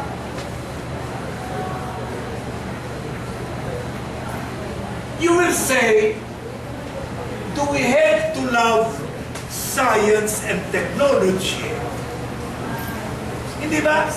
There is science, there is technology, but do you have to love it? Ang gusto niya, painting, fine arts, music, di ba? Well, only because the sciences may not suit the personality of the person. But, even if that is said, the humanism, ibig sabihin na, humanism, kung tatagalugin ko, ang pagkatao ng tao, ha? Humanism, ang pagkatao ng tao, yun ang humanism. In him, will make him feel that he needs science and technology. Humanism without technology is not authentic. Hindi genuine, no? Because you need it. But you don't like it. It's okay you don't like it, but you need it. Kamukha ng ballet dancer. She may hate physics and chemistry and biology, but she needs those sciences so that she will have a logical view of the world. What is that that makes him that? Yun ang pagkatao ng tao. Yun ang humanism that makes us have an authentic and genuine and accurate view of the world. Humanism without technology, ineffective at saka incapacitated. Humanists are mainly conceited about, but they don't want to figure it out. They don't like to do the math. No, I do not like to do the math. But I love it. Di ba ganun tao, di ba? I do not like, sa bangko lang, di ba? Ayaw na. Gusto mo naman magkano kinig ng aking kasi professor, ganito. Alam ko lang. I don't like to do the math. Magkano kinig na rin sa akin. Ganun lang yan eh. But without the math, and without kasi minsan, mali mo na lamang kung mababang kinikita ko sa mga dividends and start asking. Pero according to the calculation, okay lang. Paalis na ako, nagmamadali ako, ha? Sir, dapat yung malaman, ganito ka na sa ito lang. O sige na, sige. Bigay mo lang sa akin, magkano siya. Okay. I-roll mo. Yun ang tinatanong ko eh. Yun ang gusto sabihin, you don't like to do the math. But you like it. And you need it. Pero subukan niya. When I next visit the bank, sabi niya sa akin, Professor, alam mo yung investment mo eh. Alam mo. Bakit? Explain it. Okay, tagal na ako. Explain to me ano nangyari. Interested. Pero kung maganda naman, no? At saka, parorol mo na lang o i-withdraw mo. Ganun din ang tao. Yung pagkatao ng tao, kailangan niya yun. But the humanist in him, tao siya, ballet dancer siya, professor siya ng international relations, piano player, interested lang siya magkano ito, okay na. Hindi siya pupunta sa the math of the age. May I repeat that? Tandaan ito sinabi ko, ha? Humanism without technology would be incapable and incapacitated to attack the dreadful human problems. Talaga. Humanist, yung tao, may not be a scientist, may not be a technician, a scientist, an engineer, a physicist, an astrophysicist, because only hindi bagay sa aking personal. Yun ang katwira niya. It doesn't suit my personal. Mas gusto ko magsaya. Mas gusto ko mag-ballet dance. Yun lang. Yun ang humanist in him. Ano ha? But the humanism in him, yung pagkatao ng tao, hello.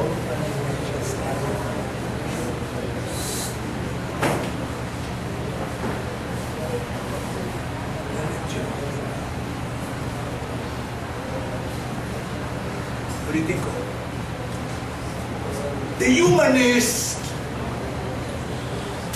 yun ang tao, ballet dancer siya, or piano player, doesn't care. But he needs it. It is the humanism in him that needs the science and the technology. But the humanist in him, he hates it. I hate math. Kaya nakuha ko ng course na ito. I don't like math. Basta may math na yun. You see? Ayaw niya. He's entitled to that. It doesn't suit his taste. Ayaw niya. It doesn't suit his personality. Pero he needs it. Show me the person who doesn't need science and technology. Wala, di ba? Yun ang kapakaiba ng humanism sa Humanities. So, be kind on those who say, wala akong pakialam sa mga. Walang yan emotional thing. Actually, he needs the math. Kaya, he better study. Kasi kakailangan eh. Pag hindi ako nakakaintindi ng konti, bakit nagkaganyan? Ano yun? Tagalin mo na rin, lipat mo rin. Tagalin mo na dyan. Walang pag-asa, lipat mo rin. Bigyan mo na instruction yung bangko, and he will go. Pero kung nagtutubo yung investment, kung lipat, i-roll mo. Plus the capital, plus the interest, i-roll mo. See? But I cannot do the math of that. I cannot. My training does not include that. It includes international relations, foreign policy, comparative foreign policy. Yan ang nangyayari sa Syria yan. Yan ang interest ko. But it is so important, ipasok nyo rin yun. Kahit ayaw ninyo, it is important.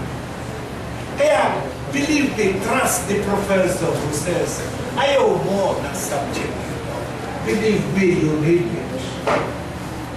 So, kaya nga ako nag-computer, pakilang po dyan the rule in Spain or the history of Catholic education under Spain. Kaya nga nag-computer. Totoo yan. Of course, yung computer mo, you are career-oriented. You like your career. You want to have a career. Okay yun.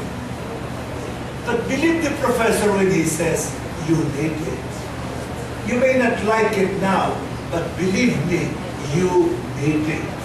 Galit yan eh. Parang Spanish yan, ano? Galit na galit sa Spanish ang mga estudyante. Hindi naman kailangan yan eh. Hindi naman ako Kastila. Pero ngayon, ano? Mga caretakers, they go out. Kilala ko kasi si Don Guillermo Gomez Rivera. Meron siyang special school. Quit teaching ng Spanish. Sino mga estudyante mo? O yung mga overseas contract workers. Nag-interesado sila sa Spanish. Bakit? Kasi magka-caretaker. Kasi, job. Diba? Career. Okay yun. Job.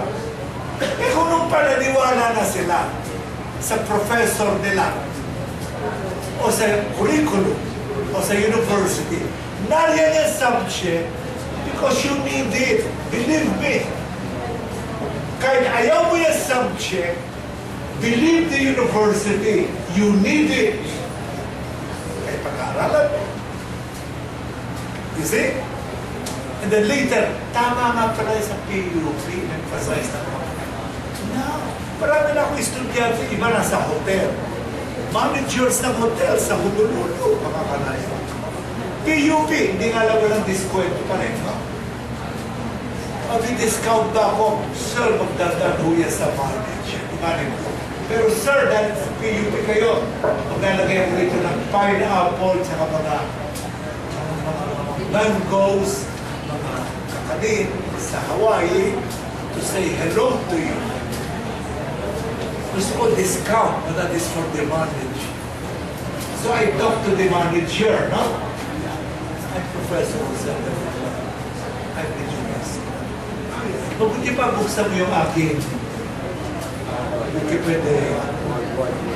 Ano ba ang sayo na Wikipedia ko, ha? Entries.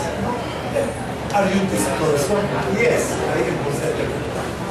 Oh, lalo na ka-ID ako ng United Nations. Ka-ID.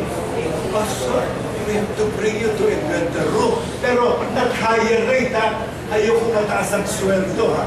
Not higher rate, ayoko mataas ang sweldo. Hindi, ayoko mataas ang rate ng room. Hindi na pagkasundan sa computer. No. You will be upgraded. You know? Sometimes, it pays to be known by them. Now, noong namang 17th century, pabayan nyo lang itong konting lecture na ito, ang science was not so. 17th, 16th, yeah. Except the year of voyages. Bakit?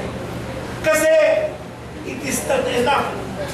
Ang naging ugali nun, we'll have to go into the meaning of that. The essence of it. Sinimula yun ng mga Greeks. Kaya, popular noon ang philosophy. Di ba? Kasi ang philosophy goes into the nature of the thing and the purpose of the thing. We call that in philosophy, teleological, the teleology, no? Teleological knowledge. What is the purpose of it? Ang mga sa science, it happens, and it happens. It does not go into what is the philosophical meaning of this. What is the meaning of that? No. It is happening. It can be used. It can be eaten. Tama na yun. But what is the philosophical end of it? Yan ang the Middle Ages. And they produce such great thinkers until dumating ang Enlightenment. Pagkatanya ito sa history, sina Rousseau, no? Si Jacques Rousseau, yung mga thinkers of the Enlightenment. Sila naman, they would go into the nature of freedom. What is the meaning of society? Why do we obey laws? Yan ang the Enlightenment. Nina John Locke, ganyan, na Jean-Jacques Rousseau, naging contemplative and cognitive ang march ng science. Pero sa 20th century, talagang science is number one. And they get higher pay, at least in the United States. Kaya it is always nakakatawang basahin sa dyaryo, no? Nakakatawang basahin na si ganito-ganito nag-top sa mathematical examination sa Thailand, Filipino. Dito na ko yung mukha ng bata. Nag-top notcher siya sa mathematics. At tuwang-tuwa kung di binabasa ka. Tumataba ako. Hindi niya alam yung anong nagawa niya. Alam niya lang, nag-top notcher siya sa mathematical exam sa Thailand. Kasi nataas ang Thailand sa mathematics. That is an achievement. Sana ang ating gobyerno, ang ating state will nourish that. Tandaan mo, nag-number 1 yan in a mathematical competition in Thailand. Mas importante yan kaysa isang boksingero o yung magiging artista. Napansin ko yan kasi ang sarap sa Inquirer, dinalabas ng Inquirer. Lumalabas ka sa Inquirer. Isang bata, at chubby face, nakasal na mukha. Pag ganun ko, top-notch siya. Pag ako pumapasok sa inyong building at binabasa ko ng top sa mga professional regulation examination, iba rin ang estudyante ko na matutunan ng estudyante. I mean, Rizal and history. Ayan. At tumataba ang puso ko. Ha? Eh di lalong tumataba ang puso ng mga magulang. Lalong tumataba ang puso ng Republic of the Philippines. Kasi ang Philippines ang nagsasubsidize ng PUP. It is an investment into the future. Pero napapabayan because of a displaced sense of values. Mas hinahangaan pa natin itong isa na magiging artista. Bakit ang ganyan? Well, mababago rin yan. Maniwala kayo, mababago yan. Kapag umangat ang science sa ating culture, yan, umangat ang mathematics, biology, physics, chemistry, astronomy, anthropology, all the sciences. Plus, umangat ang mga social sciences, psychology, law, political science, international. Pag umangat yan, nadi-displace ang mga artista. Wala nang papansin sa mga artista, or they have their own village. Kapag sa Amerika, pinapansin sila sa Hollywood. But the USA does not go by movie stars. Ang balita sa USA, talagang balita. Kung tawagin, news. Pag artista na, ang tawag ka na dyan, entertainment news. Sa atin, balita ang artista. Naghiwalay si A tsaka si B. Balita yan, no? Paano naging balita yan? Nasa ng significance? Nasa ng value? Nasa ng concept? Wala. Pero yung nag-top sa mathematics, o nag-top dito, o nag-top doon, in an academic contest, parang weird. Ikaw ba ang pinakamataas sa examination sa Thailand? You are a weirdo. Labas na mabuti, ang brain niya is such, yun ang kanyang DNA, maging top notch. The prominence of the sciences. Kaya lang uso-uso ito na uso sa ating bayan. Because the sciences are not sa top priority. Wala sa ating top priority ang sciences. Wala kayo. Halimbawa, kamukha itong giyera, o interview, or political analysis, sino kinukumbida nila? Narito ngayon, itong maghuhula, kinukumbida natin itong maghuhulaan niya ang mananalo. Titingin siya sa ganito, bote ng Coca-Cola yan, hindi, meron siyang crystal ball, na nakikita ko, inuubos ang time sa ganyang analysis. Astrology, mananalo si ganito. Noon kinukumbida ako rin sa isang ganyan. Nung tinanong ko, who are your other? Tinatanong ko, who are the other guests? Pag hindi ko trip yung other, sige, binatuloy pa. Sino nakinig sa akin sa DCXL noong rally against graft and corruption? Wala makinig. Kita nyo? Sasabo apat. 40 minutes sa koron, analyzing graft and corruption. In-analyze ko ang pork barrel, in-analyze ko ang mga estudyante ko mismo din na-analyze. Pero dyan, halimbawa, nagpunta rin sino mga artista meron tayo na. Ako lang, halimbawa si Susan Roses.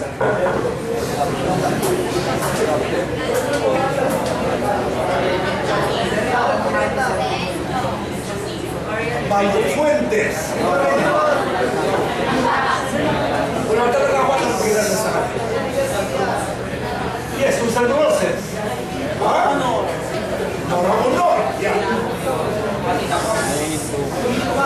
Panonoorin nyo, mabayad pa kayo ng mahal. Parang gano'n. Pero yung lecture ni Professor Lapuz, pinipilit kayo at kukwentuhan lang kayo.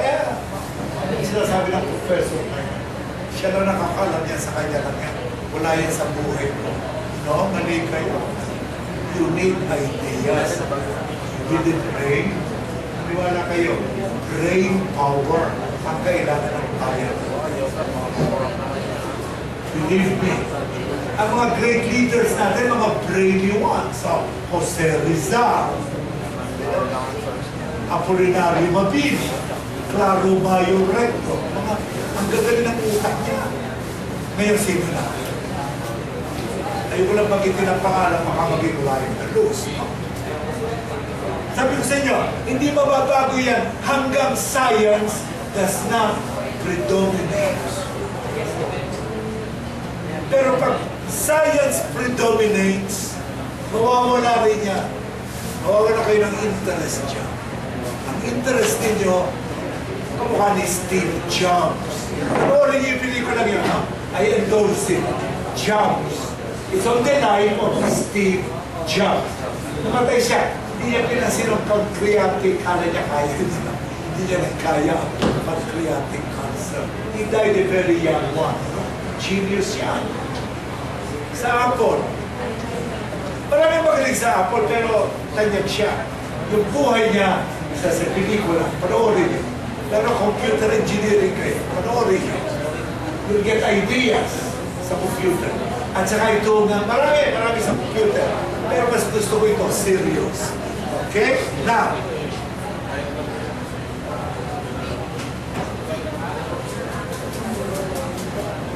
ang liberal arts go beyond the evidence. hindi tumitingin sa evidence eh. Imagination kasi yan eh. Bigyan mo nito, class, ang nakikita niya, imagination. Walang evidence for that. Except, he feels it. Nararamdaman niya, di ba? Pero walang evidence. Yun ang gusto ko sabihin sa inyo. To believe yung nakikita nyo, kahit wala kayong evidence to prove it, stick to it. Si Einstein, hindi niya ma-demonstrate ang validity ng theory of relativity. But it is correct sa theory. Sa theory, alam mo theory yan eh. It is a theory, ha? Ayun dyan eh. How do you prove it? Ang proof niya nasa engineering. That means, if a spaceship can be constructed with a speed faster than light, yun mahirap sa lahat. To construct a spaceship with a speed, velocity, faster than light, na gagawin ng engineer, kung hindi pa pwede up to now. Then you can show the validity ni Einstein. Iniwanan kanyang anak kanya, ha? Anak kanya. Then umalis ka sa spaceship ni Einstein at bumalik ka sa planet, mas matanda ka pa sa anak mo. Paano nangyari yun? Because you were in a spaceship with a velocity faster than light. Kaya nung bumalik sa planeta, ang dinatnan mo, yung anak mo, matanda pa sa'yo. The relativity theory. Pasok yung ginawa? Hindi dahil you cannot prove it sa engineering, mali si Einstein, no? Valid si Einstein. In fact, subsequent investigations into space prove Einstein correct. Kamukha na.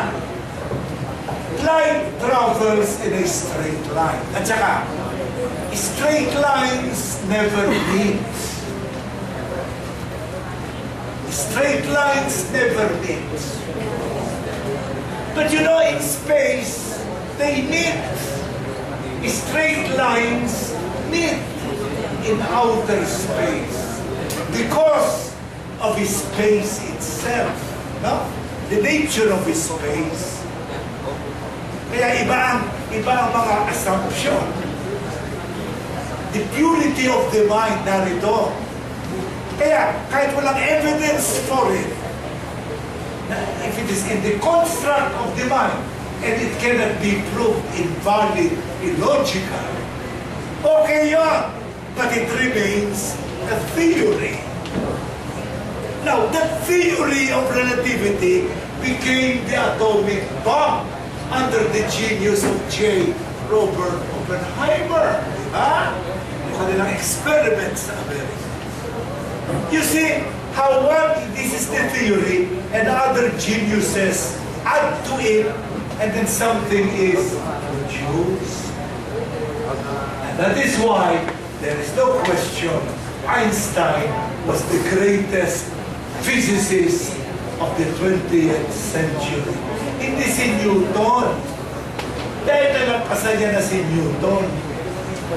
No, it was Newton, di ba? It was Newtonian physics and the thermodynamics. That was Newtonian. Pumasok kayo ng Einstein.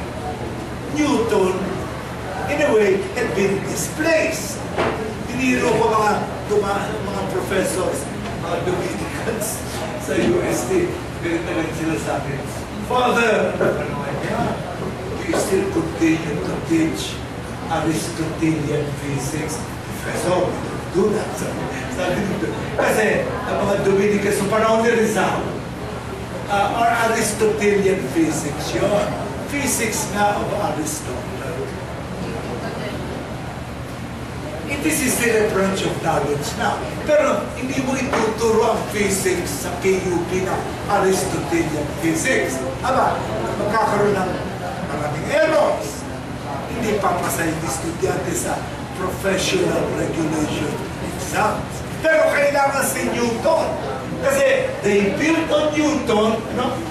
Previous, the succeeding, built on, parang block siya. Hanggang you produce something wonderful. Yan ang beauty ng brains. Beauty ng... Kamukha niya ni San at Bonifacio. O apply ko yung class. Yun yung pinag-aaway sa Rizal. Si Rizal, si Bonifacio. Dapat si Rizal, dapat si Bonifacio. Hindi logical sa akin yan. Ito si Rizal. Bonifacio built on Rizal. And then built on. That does not make Bonifacio greater than Rizal. He built on a previous. Hindi ba pinipin niya katabi na ulimitagre el filibusterism? Hindi na kaya kasama sa atin. Bonifacio, he read Spanish, by the way. Siya muna nag-translate ng Ultimo Adios was translated by Bonifacio. Paano yung nagawa yan if he did not know Spanish? Yet Bonifacio himself will say, I am the admirer of Rizal. I admire Rizal. Sa katunayan, ang pangalan ni Rizal naging nom de guerre ng Katipunan. Kasi may mga secret word ka sasabihin. Kasi Katipunan was so secretive, may mga secret passwords. Computer, the password. Now, ang password doon was Rizal. Yes! Hindi mapapasukin na. Anong revolution na kanilang crying call was, tandaan yung ginawa kay Rizal. See? Bonifacio lahat ito. Then you say Bonifacio created Rizal. But Bonifacio advanced the thinking of Rizal to action. Action. In the end, the test of anything is action. Si Rizal loved to read, loved to philosophize, loved to brilliant kasi ang mind niya. And loved to lecture. Pero, it was Bonifacio, ang kanyang devotion to Rizal, made him make Rizal into action. Nagkaroon ng revolution because of no-need feeling. Wala yun sa kukunin ni Bonifacio ang ideas. This is so. Kaya huwag nyo ikino-compare. Even Einstein will recognize how much he owed to Newton. Dahil sila and even natural biologists, they owe it to Charles Darwin. But in many cases, na-disprove na rin si Darwin. Darwin is still there because they were constructing on the theory of evolution of Charles Darwin. You see? Science is a system of statements based on direct experience. Ano na nakita mo? Yun na sinabi sa House of Commons kahapon. Pag ako nakatulog kasi binantayan ko yung debate sa CNN, sa BBC. Sabi ko sa member of parliament, no, I did not see it. But it does not mean it did not happen. It does not mean na hindi ginamit ang chemical weapons. Our purpose is, nagkaroon ng chemical weapons, we have to punish that act. Kahit sinong gumawa noon, it has to be punished. Kaya sabi ni Obama, parang tira sa araw, above the bow. No? Parang gano'n lang yun eh. Pero above the bow. As a warning to Assad. Remember this lesson. Next time, it will be different. Di ba naman ang mga British cannot see that? I normally am on the side of Britain. pero na-disgusted ako sa debate. Wala, gagaling ako sa pag-debate. Hinahanapan ng direct proof. Kahit yung mga United Nations examiners, they are not there to determine sino bang responsible sa chemical weapons na ito. Si Assad o ang mga guerrillas at revolutionists. Hindi yan. Ang kanilang business na yan. To prove na may mga weapons na ginamit o chemical weapons. Yun ang pag-aaralan nila for 4 days. Oh, fine. Sabi ng mga British kagabi sa kanilang debate, we wait. Hindi natin matapos ito. Then we will have our conclusion. Mali. Gusto ito na tayo rin na. Hindi ako sanayan doon. Hindi ako sanayan. Mas bilib ako sa isa. Okay. Now, para makita nyo ang connection between yung sinasabi ko, the social sciences at saka ng pure sciences. We should show the relation between mind and body. Body and mind. I think that is the best example I can give. Body and mind. Ang body, yan nakikita mo, yan ang ilagay natin sa sciences. Including computer na. Body. But the mind, naka-reserve yan sa humanities and litere humaniores. I-reserve yan sa humane letters. Pero the body, parang ganito. Di ba ang body is cybernetics, no? Pero kayong athlete, yung tinatakbo niya, cybernetics yun yung tumakbo, yung athletic champion. Ang ginagamit niya, bakal, di ba? Kaya niya. Dahil paraplegic siya. Olympian champion na. Yun ang body. Yun ang cybernetics. Nakikita mo, nahawakan mo. Pero when we say mind, kapukha ng litere humaniores o studios humanitatis, humane studies. Ito ang mind. What do we produce in the mind? Ano yung comparable to cybernetics? Parapsychology, di ba? You say, parapsychology. Ito yung mga psychical phenomena. Ito yung mga telepathy. Ito yung napapanood nyo sa mga horror, yung science fiction. Gumagalaw ang frigidaire. Ganito, parang gumagalaw. Mga psychic phenomena. Pero science yan. That is the science of parapsychology. O napapagalaw niya sa kanyang mata. Titignan niya yung silya, gagalaw yung silya. That is the phenomenon of parapsychology. No? Parapsychological phenomena. Telepathy, tawagin niya. The brain does it. Telepathy. Gagalaw. The telepathy is here. Yung gagalaw siya, that is action. Yet there is a connection. You see? Kaya, the best when I say the union, por favor,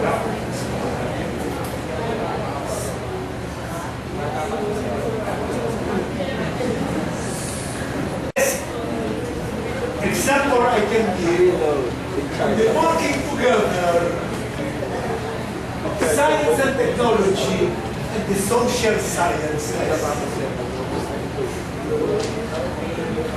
the mind and the body in one persona. Yeah? Itong mind na ito, in some people, it can move a chair. Hindi kalokohan niya. That is, pinaniniwanag ng parapsychology. Parapsychological phenomena, or what we call the psychic phenomena. It's the brain. You do not know how powerful the brain is. Is it because you only use a little fraction of it? No! I say you use a large fraction of the brain. Malawak ang brain natin. Let us use a very great fraction of it through study, reading, contemplation, ma-improve natin yan. So we become brainiacs. Walang masama sa brainiacs. Hindi masama yun brainiacs. Talagang the power of the brain. Merong brain, pero siya na-imagine na siya na nakaka-imagine. And then when he goes to a psychiatrist, he goes through several testing sa parapsychological phenomena or telepathic. And then, totoo, nangyayari. Pero narito, pero yung body na nilagyan mo ng steel at saka gumagalaw, nakipagsuntukan sa'yo, yun talaga body yun. Yun ang cybernetics. So, the relation between the digital world and the mind can be compared to a relationship between body and mind. Psychic phenomena. Baka akala yun, nag-iimbento ako class. Pwede ako mag-kwento konti. Speaker ako noon sa Laguna, sa place de Rizal, na sa mga salita dyan. Ako speaker because it was Rizal Day, Central Church, you know, and the night club was Rizal. Martial law pa ito. Napatid ako as guest of honor. Nung nagsasalita na ako, class, gumawa sila ng improvised auditorium sa baba ng bahay ni Jose Rizal. Napunta kayo sa Calamba, Laguna. Malawak yung lote ni Jose Rizal. Katabi ng simbahan at saka ng kalan, ni Kalandon. Kaya nga, Kalamba. Sabi ko, Kalamba. Opo, ito po ang Kalamba. No. Kasi may Kalandon sa park. Nakita niyo na ba yun? O hindi. Wala kasi kayo nakita kundi Cubao. Alam mo yung mundo. Hindi na sa Cubao. Wala kayo napunta kundi Cubao.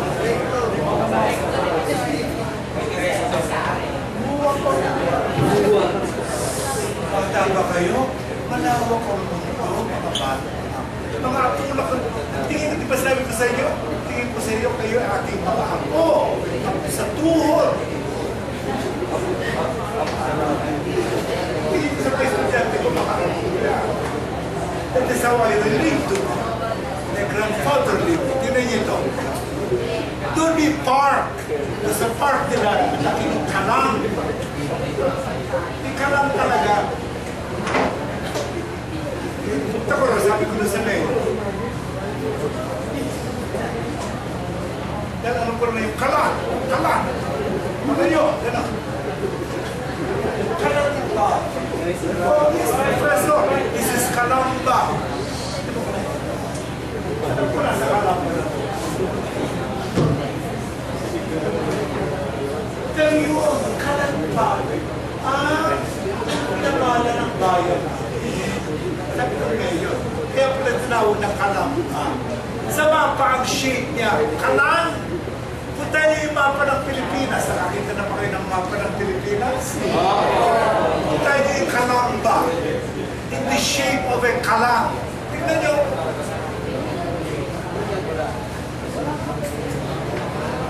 Matali niyo na? Ako na po na mga maps ko. Ginawa niyo. Kailangan ko ng map. Nasa ulo ko yan. Nakita-kita yan. Lalo na dala sa ulo. Nung nagsasalita ako ng class, so speaker na ako, ganito, nakaharap na ako, alas 9 ng umaga. Sa bagay, gutom ako no, kasi sabi ko kay Teo, hindi na kasi mahuli tayo, inom na lang ako ng tubig, at saka, hindi nyo alam, di pa ako nag-imbusal, pero hindi ko sistema yan. Kilala ko ka ako kay namin. Later siguro. Then nag-speech na ako. Ang speech ko, Jose Rizal as the father of nationalism. Sabi ko, pero nung written, anak mo yun. Aba, nung nagsasalita na ako, umalis na ako sa microphone, nasa gitna, isinasabi ko na si Rizal doon sa dining hall, yung bintana, may pabaypay doon, at inaaninag niya yung Mount Makiling, at saka, nag-Latin pa raw ako kasi Latin ang pinag-aralan ni Rizal. Ano na raw sinasabi ko in Latin, no? Para akong namalikmata, nasa gitna, umalis ako sa microphone, until my cerebral brain took over, bumalik ako sa kwan, and then I recovered myself. After this speech, nilapitan ako ng dalawang professor sa Adamson University. Professor, hindi mo alam, nag-psychic ka. What do you mean? May sinasabi ka, lihis sa paper mo. Sinasabi mo, meron silang kinakain sa kusina, nakadugaw sila, nakatingin sa makiling, at doon natin ka sinabi, mga Latin phrases ka sinabi. At saka, para nagiging prof ang labi ko. You were possessed. What do you mean? Kako sa professor. Kasi siya, professor siya ng Indology. Ibig sabihin nun, a study of the psychic in India. Magdalena, first name. Ganito yan, professor. Nagkasakit pa kayo, may sakit pa kayo. Nilagdat ako, nagdumating ako, pero uminom ako ng antibiotics. Kaya ano po, at saka, hindi ka kumain ng gusto. Well, gusto naman ko. Kaarawan, kamatayan din sa liso. Ano paliwanag ng professor sa Adamson? Psychic ang kanyang explanation. Kapag death anniversary, ang mga may-ari ng bahay na riyan, nariyan pa rin sila. Nariyan pa rin. Although iba na yung structure ng bahay na isa. Nariyan pa siya, nariyan sila, nariyan yung mga kapatid niya. Kaya kita mo yung mga nakapanood kayo, lumalabas sa walls ang mga ghosts sa mga horror movie. They become part of the walls. Ngayon, kapag yung visitor are not sympathetic to the previous owner, magugulo yung wall, kagalaw, o yung piano tutugtog, that means you are not welcome as a visitor to the house. Pero, pag ganitong anniversary ni Rizal, kasama siya ron sa inyong celebration. Paano siya nakasama? Mayor na lang, hindi kasama siya. Ano pa natatandaan mo? Natatandaan ko, ginawa ng kalye Riyan. Yung Santa Rones kalye Riyan, at yung bahay ni Rizal, ayun ang itabla. Alam mo, maraming kotse nagdadaan, no? Sasakyan. Yung sasakyan na yun, a flashlight. Pag nag-light na ito, the spirit travels in light. Naghahanap siya ng mga occupy niya. Usually, he goes to the most receptive one. Pupunta siya the most receptive one, usually, mahina ang katawan niya. At saka, lalo na ako, I'm so pro-Rizal, papasok siya sa'yo. And it takes possession of you. Yan ang psychic phenomena. Do you want to develop this gift? Ano na? Ayoko na-develop yung gift na yun. Ayoko maging psychic, ano? Ayoko yun. I like life one day at a time. Ayoko yung malalaman ko mangyayari and then ayoko na gano'n. Kasi you can attend our meetings. Meron silang meetings to develop your psychic powers. E tinatuwa naman ako, at least it was Rizal who possessed me. Kinento ko ito kay Nick Joaquin. Alam niyo, Nick Joaquin is correct. Nakatay na siya. Sabi ko kay Nick, alam mo Nick, I had an experience. Ano yun? Okay. Alam mo, si Nick is very sarcastic. Gusto mo isulat natin sa free press. Tawag na. Alam mo, Nick, kapag itong istorya mo, of course, this is very flattering of you. Kaya I decided not to publish it kasi magtatawanan ako. that Jose Rizal possessed me when I was delivering a lecture. Tatawa lang ang tubig. Tatawanan ka. Kamukha rin sa pinagtawanan na kausap niya, duwende. Di ba nilabas niya sa panorama? He was a very distinguished writer. Totoo na may nagkaroon siya na encounter sa duwende. So sinulat niya sa panorama ba yun? He became the laughing stock. Tatawanan ka talaga. He said, Lapuz, you possess that very sound. Pero kinento ko lang sa'yo because I was discussing psychic phenomena. Now, so alam yun yung sinabi ko, what makes us human? Ano yun? History, languages, philosophy, religion, visual arts. They make us humans. Hindi tayo robots. Hindi tayo robotic. We are Homo sapiens. We are the thinking man. Even these computers are our slave. Kaya pag wala ka na ginawa, nakahingkit ka, ikaw na enslaved ng computer. You must not be enslaved by the computer. You be the master of it. Ganyan. Now, kasama rin ang anthropology, archaeology, economics, psychology. Lahat yan ang tawag natin social sciences. Ano? Ang tinatawag natin physical sciences. Yan ang physics, chemistry. Yan. Pero kahit ano yung tawag mo yan, component siya ng tao, no? Nasa tao lahat yan. That is our components as thinking human being. Ang sama ngayon, ang observation ko, class, ang market naging slave ng technical proficiency. Ang hinahanap lamang the key ability to manipulate a machine. Pero importante yung machine, tanda yung sinasabi ko, ha? Importante yan. Ang tingin natin, lalo na kung machine-oriented ka, ang tingin natin sa arts, frills, ornaments. Aksaya ng panahon, kapag isang kakilala ko, did you see the movie Lincoln? Ganda ng movie. So busy, I have no time for it. It destroys my time. Hindi naman ako nagalit. Pero nasa loob ko, wala siyang skills other than his computer. And therefore, he is not a human being. Kasi a human being is totally integrated. Sinabi ko ni Steve Jobs, hindi ka basag, kumo!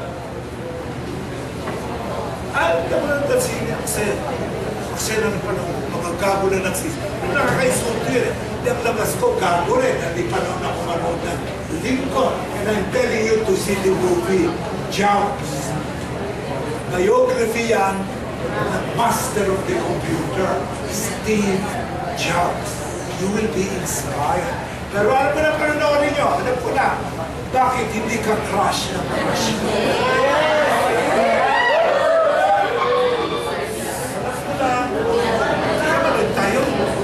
Si Lapuz, hintay na yung movie natin. Bakit hindi ka crush ng crush mo? Nagbibiro lang ako. Masasaktan. You are more intelligent than this people. Yes.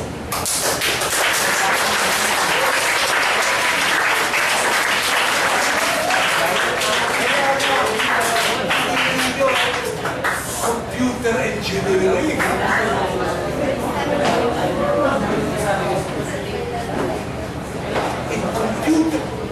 Computer engineering, hindi ka mabiro yan. That means you have the mindset. Meron kayong utak. What I'm just telling you is, you have to nourish that brain. integrated geek. Kamukha yung kaibigan ko. No, professor, gawin natin dito. Kasi hindi na pwede ko. O maganda yan. I think, maganda yan. Ganyan. See? He gives me ideas. And I'm grateful for that. Of course, I decide the ideas. Ako ko yung ginawa namin sa letter ni Magsaysay. Tuwa yung senator. Tuwa siya. Sa katunayan, guest ako bukas ng Ramon Magsaysay Awards. Diyan sa Rojas School. Kasi talagang admirer ako ni Ramon Magsaysay. Ay, masaya yung buhay niya, class. Hindi na siya matatandaan. Siya yung third president. Unang presidente, Rojas. Sumunod, Quirino. Sumunod, Magsaysay na. Sunod, and then Marcos. Then nahinto, si Marcos. Dapat ang presidente nun yung tatay ni Rojas. Si Jerry Rojas. Nakitabi na. Puro ng Marcos. Kita mo sa manang dictatorship. Walang choice. Dapat napili pa yung mga tao, di ba? Marami pang magagaling na tao. Marami pa. Hindi lahat yan ay Marcos. Magaling si Marcos, pero marami pa rin magaling. Kaya hindi ko maintindihan ang aking Quezon City. Dami magagaling siya. Walang nagrara ng kontra ni Mayor. Isa lang ang candidate. Wala nang gusto lumaban. Wala nang talent sa buong Quezon City.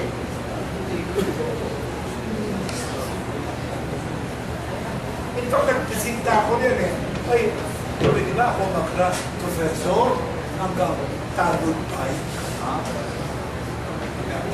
Sige, kandidato mo naman akong tagumpay. Hindi ako maniwala wala nang matalino sa Quezon City, kundi yung si Juan. Si Mayor Humanities. Sa kanya? Bautista. Kala ko Humanities.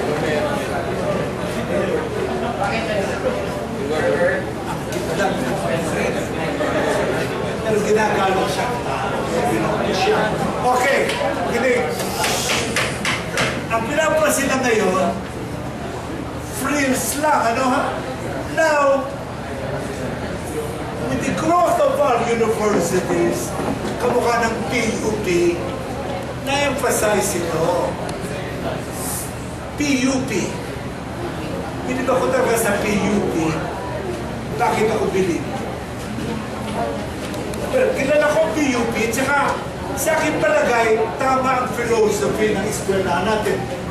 Let us review, class. Nung ginawa ang mission goals,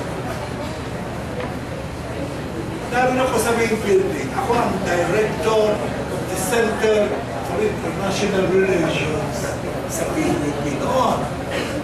Before I accepted the UNESCO.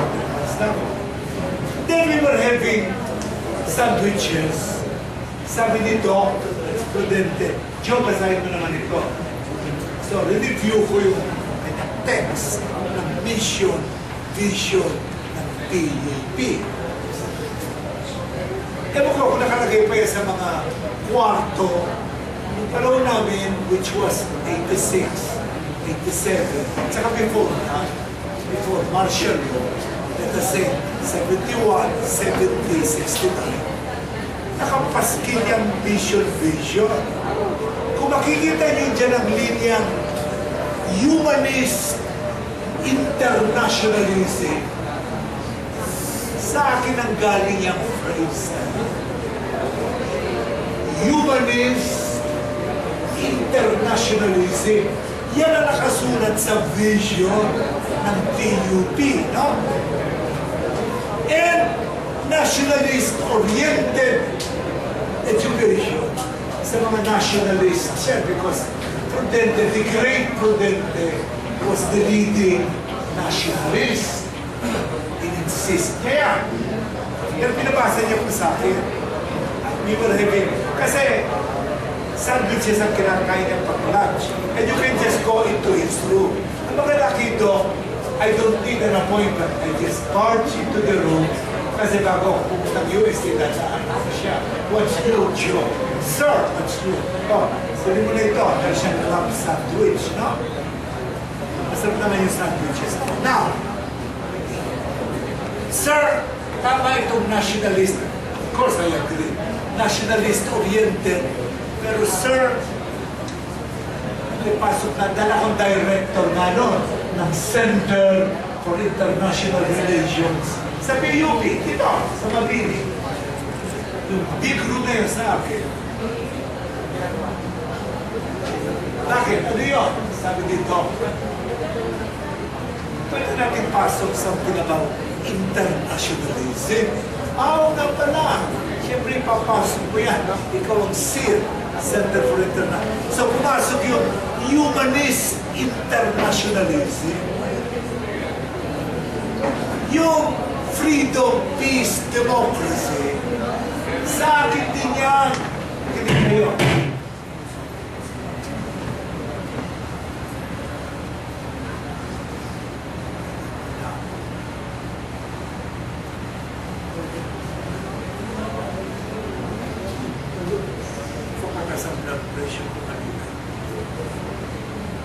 Kaya kita mo, when I greet my students, may regime of justice, democracy, liberty, and peace reign in our country and the whole world. Ano mo sinasabi yan?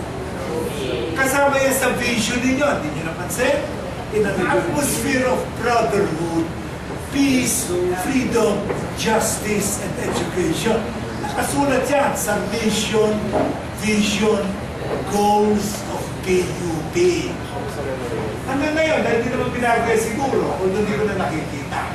But I know it because I know it. It is my business to know. Nasa mission, vision ng PUP. Ang sumulat niya si Doc Prudente. Pero pinabasa niya sa akin during those lunch breaks. Marami na ako natagdag, no ha? Now, puntahan yung mission of the institution. Oh, pasok na naman dito ang search for defense of truth, moral, ethical, spiritual values.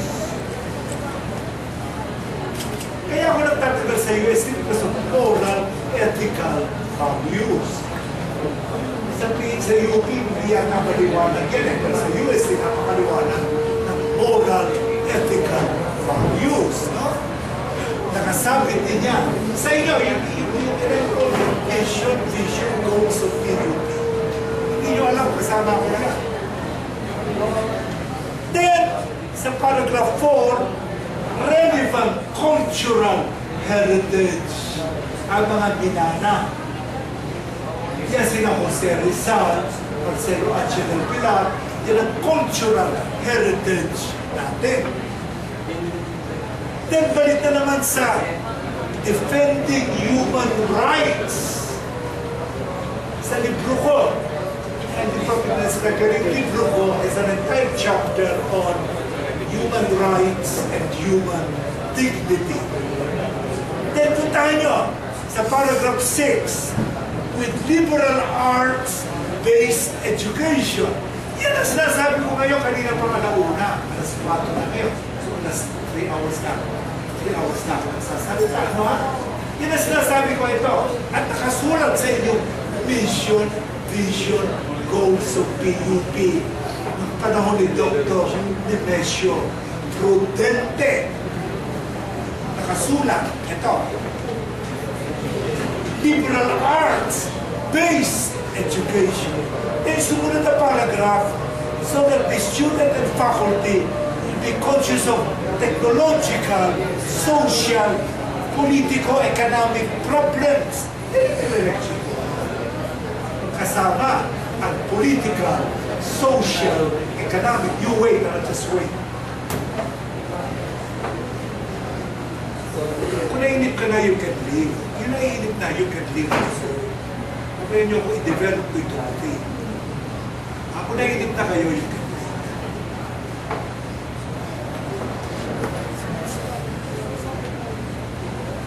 Now, and then, nasa paragraph A ng mission, vision, mission, goals ng PUP. Nakasulat to eh. Hanapin nyo sa website. Baka nasa website ng PUP. Baka. Pero no, nakapastil to sa mga kwarto, kulong-kulong sa kwarto.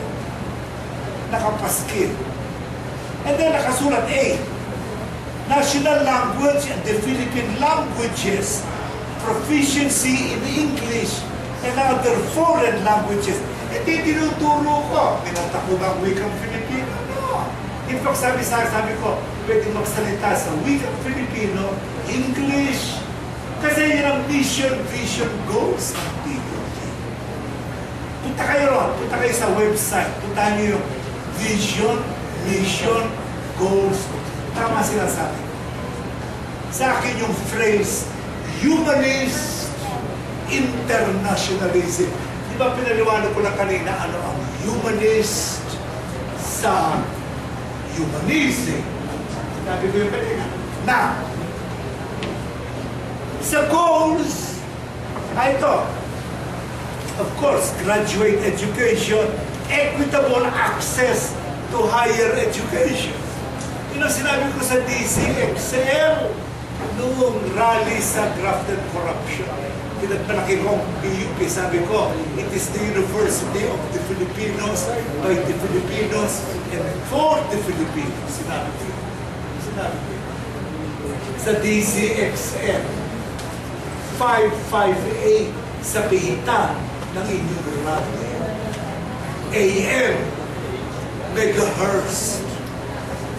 Sinabi ko, narinig yun sa buong radyo. And then, optimization, pagtataas ng individual benefits through the efficient utilization of higher educational resources. So, sinabi ko sa inyo ngayon, class, ito mahaba ka, I was just summarizing the mission, goals, objectives ng PUP. Nakilala ko sa nagkikita sa UST at UP si Dr. Propellers. Kaya assignment din yung class ito ha. Pupunta kayo sa Facebook ko, hanapin niyo yung essay on Nemesio Prudente. Kaya next time, masabihin sila, Lapuz kilala niya. Kaya punta kayo sa Diario. Yung Diario doon nasa Facebook. Sinabi ko kayo. Kasi madaling sabi ko si Prudente kilala ko. Kasama ko. Sabi niya, pumunta na ni Diario. Punta kayo sa Facebook. Gusto ko, kita niyo sa akin how great the President Prudente was. Why I called him the greatest president. Comparable to Rafael Palma, who was the greatest president. He was Rafael Palma. Yeah. Hindi ko siya na. Assignment niya. One. Nadali ko rin yung sinabi ko ibang saysay. Bukas ay death anniversary President of Saysay. Matay siya, airplane, hindi makaangat yung aeroplano. So, bumaksak. 31, August 31, 1957. Baka. No! Presidente pa siya noon. Kung namatay siya, presidente siya. Kaya pumalit si Carlos P. Garcia ng Pilipinas. Saan pupunta? At sa computer na naman, na sinasabi ko, it is available. Why? No? Essay on Ramon of Saysay. And the essay on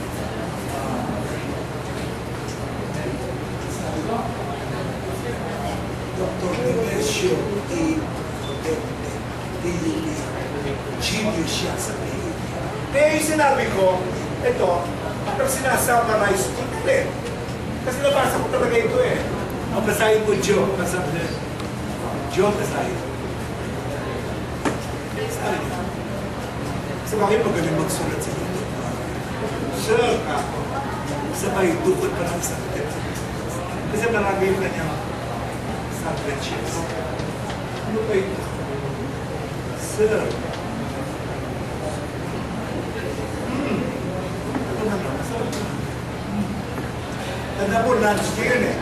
Hindi siya kumakain ng rice. Crab sandwich. Sino? Ito ba yung paragraph 1? Ito yata ako. No? Kung papasahan ako isa, dalawa na lang natitira. Ay, yaya. Dahil lunch yun ang presidente.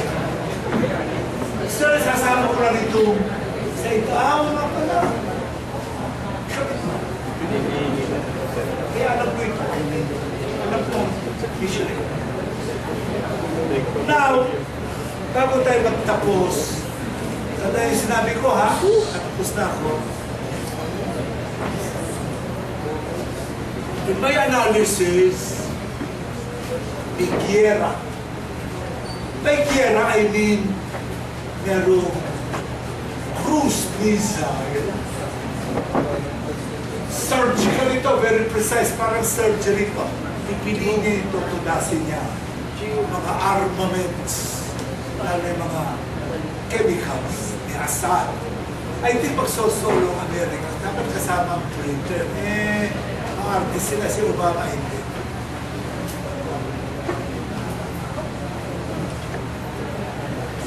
Tandaan nyo ha, kung hindi September 2, Monday, September 3, o September 4. Probable. Baka hinintay na matapos yung UN report. Pero hindi nadaan ng Amerika sa Security Council kasi hindi veto lang, veto. Walang magawa Amerika kasi may mga veto power of China. Veto means no. I veto it. Pero kikilos pa rin ng Amerika. Superpower yan ang Amerika. Hindi niya kailangan ng United Nations. Now, dahil magkakaroon ng giyera, may I ask you to rise as I say a prayer of peace. Let us end with our Lord Jesus Christ. Always remember, we are in the presence of God. Itong prayer na ito ay because I expect more sa Monday. O baka Linggo. O baka Tuesday. Hindi ko na masabi. Pero hindi na lang pasang next week. Put your head in serious reflection. Hindi kayo ha? Prayer ito. Lord Jesus, we come to you in our need. Create in us an awareness of the massive forces that threaten our world today, such as in Middle East. Grant us a sense of urgency to activate the forces of goodness, of justice, of love, and of peace. Where there is armed conflict, let us stretch our arms to our brothers and sisters in Syria, in Iraq, in Israel, in Lebanon, in the US, in Britain, in Mindanao, in the Philippines. Where there is abundance, let there be simple lifestyle and sharing. Where there is poverty, as in Mindanao, as in elsewhere, as in Luzon, let there be dignified living and constant striving for just structures. Where there is selfish ambition, kamukha those who steal greedily the money of the Filipinos through pork barrel and behalf. Let there be humble service. Where there is injustice, let there be atonement and being sorry. Lord, I'm sorry. Where there is despair, let there be hope in the good news. Where there are wounds of division, as there are wounds of division in our government and archipelago, let there be unity and wholeness. Pagkakabuo ng inang bayan. Help us to be committed to the building of your kingdom, O Lord. Not seeking to be cared for, but to care. Not expecting to be served, but to place ourselves in the service of others. Not aspiring to be materially secure, but to place our security not in armaments and bombs, but in your love, O Jesus Christ, to the Virgin Mary, that will bring about new birth to our earth and hope for the world. Amen. You say amen. Amen. And before you sing, remember what his son said. The psalm called this the lost paradise. Let it be for us a renewed, reawakened paradise. Magkakaroon tayo ng gate, nakatayo kayo, ha?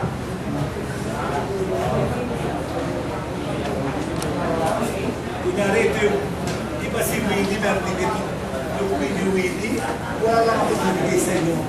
1,000. Yun! Si Winnie, ano pa ng Winnie? Winnie nga yun, okay. Pinagin ko yung letter, Rizalis.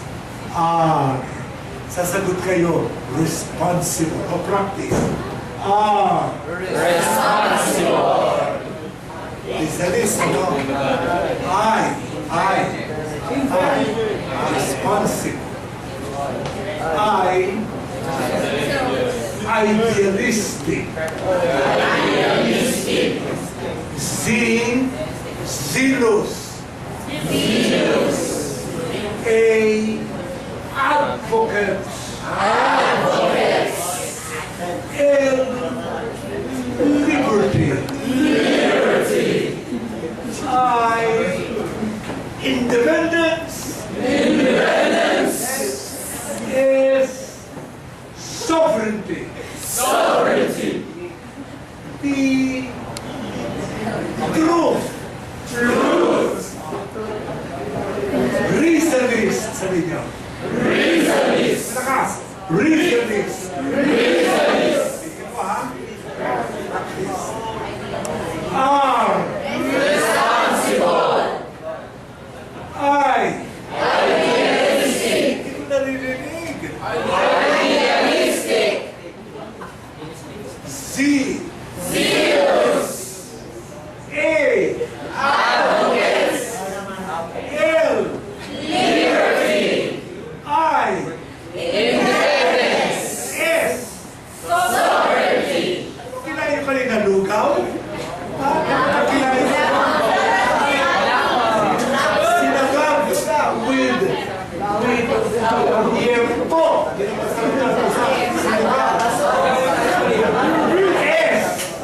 Sovereignty.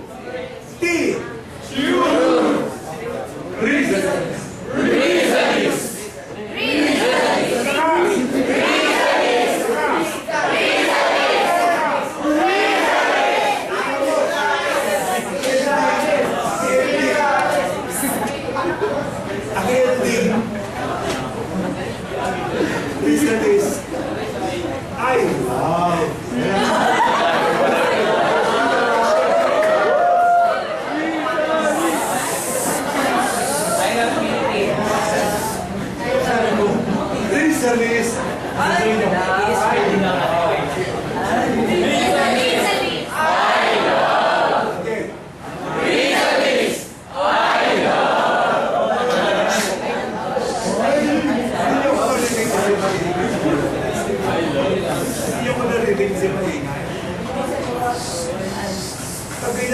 ayos ng aking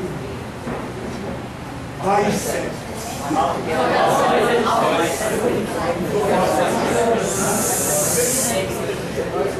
Ganito, sabi nyo, Rizalis. Sige. Rizalis! Rizalis! Rizalis!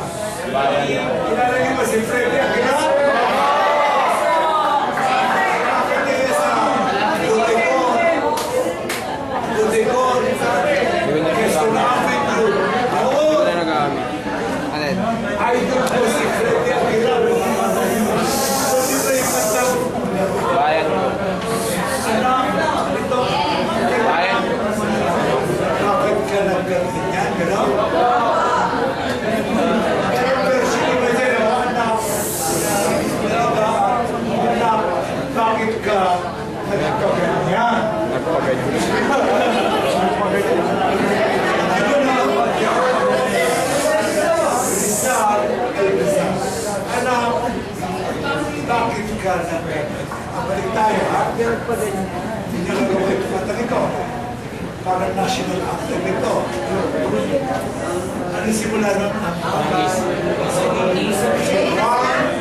2, 3.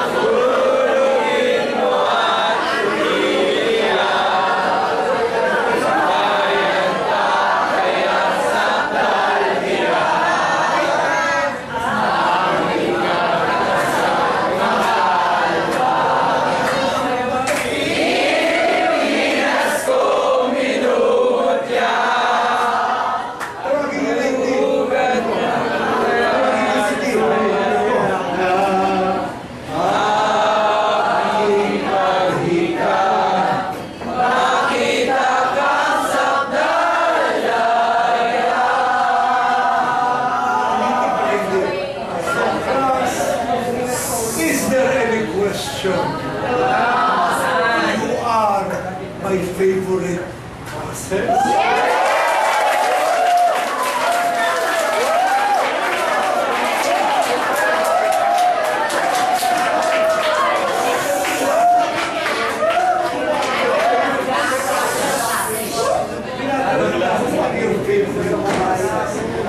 students, computer engineering. Gumawa niya kasi computer ulan tumatawag ng led by your president, si Sabine.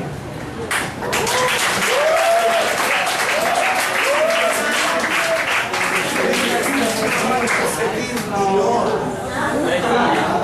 Nice, Philip!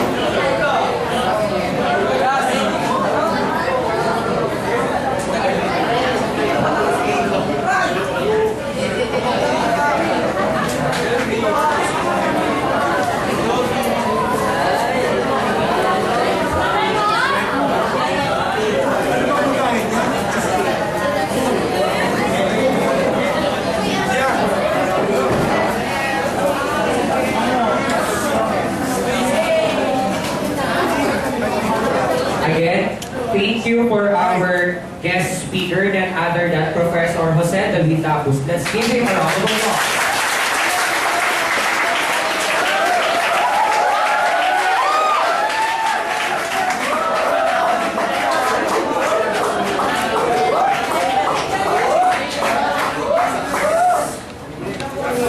And now for the intermission number, we are calling The Trust Me Band. Let's give them a big applause.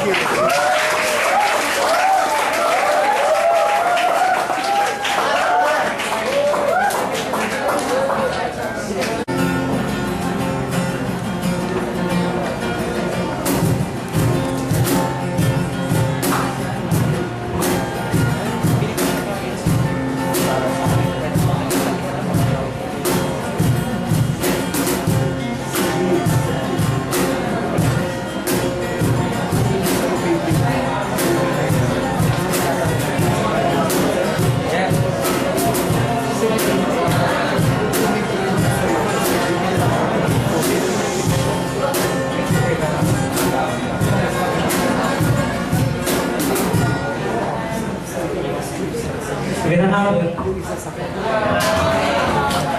Kami nga pala ang Trust Me Band from Department of Civil Engineering.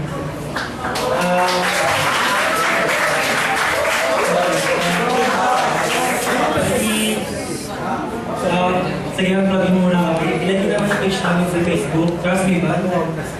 And, ayun, promise na kita. Sir, binibigay ko lang sa estudyante, no? Narito ba sila? Yes, but they went out. Kailan sila namugatin? Kanina, sir. Kilig ba sila? Yes.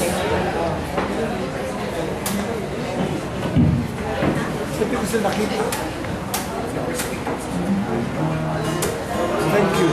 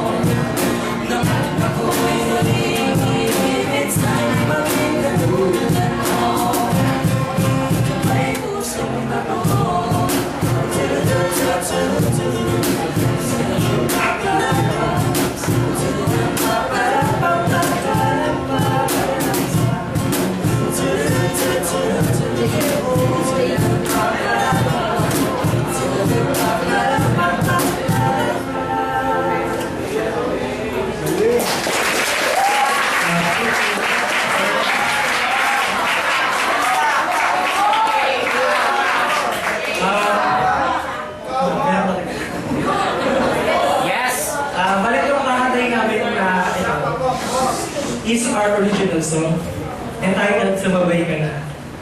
Well, kung mag-start siya ngayon, pwede nyo i-check sa YouTube yung official audio niya and i-download nyo for free. Kung gusto, ito siya. Sana gusto niyo ha.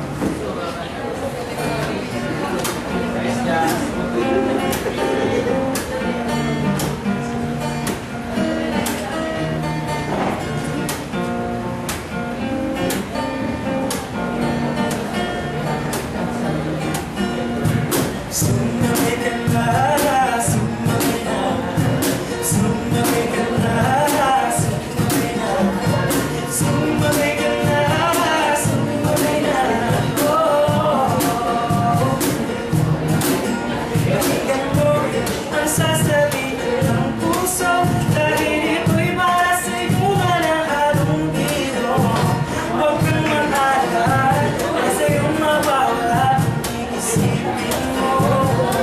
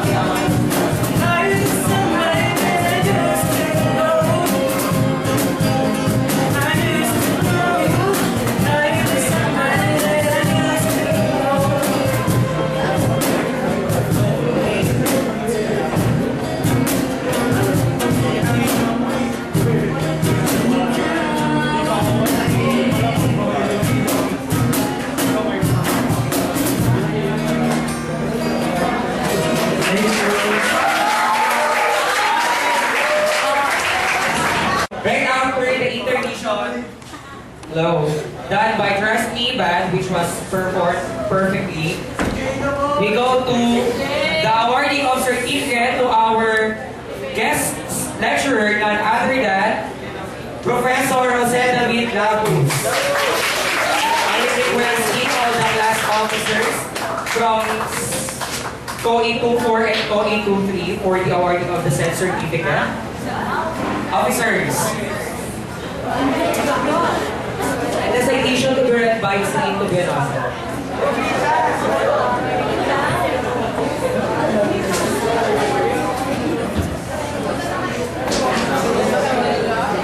Professors, don't we have?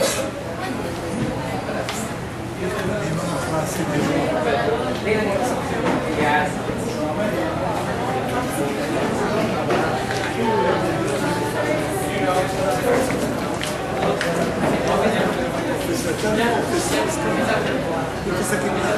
Let the officers come forward. Both sections. Republic of the Philippines, Polytechnic University of the Philippines, College of Engineering, presents this certificate and plaque of recognition to Prof. Commissioner Jose David Lapuz, Professor of Political Science and History, Rizalista de Vanguardia, in grateful recognition for its valuable contribution as a guest speaker in the special college convocation with the theme of two propellers on separate shafts, or the synergism between Scientia et Literae Humaniores, or the working together of science and technology and the social studies. Given this 30th day of August 2013 at ABR Auditorium, College of Engineering, Polytechnic University of the Philippines, Anona Street, Buresa Street, Santa Mesa, Manila. Signed by the Dean, Engineer Guillermo O. Bernabe.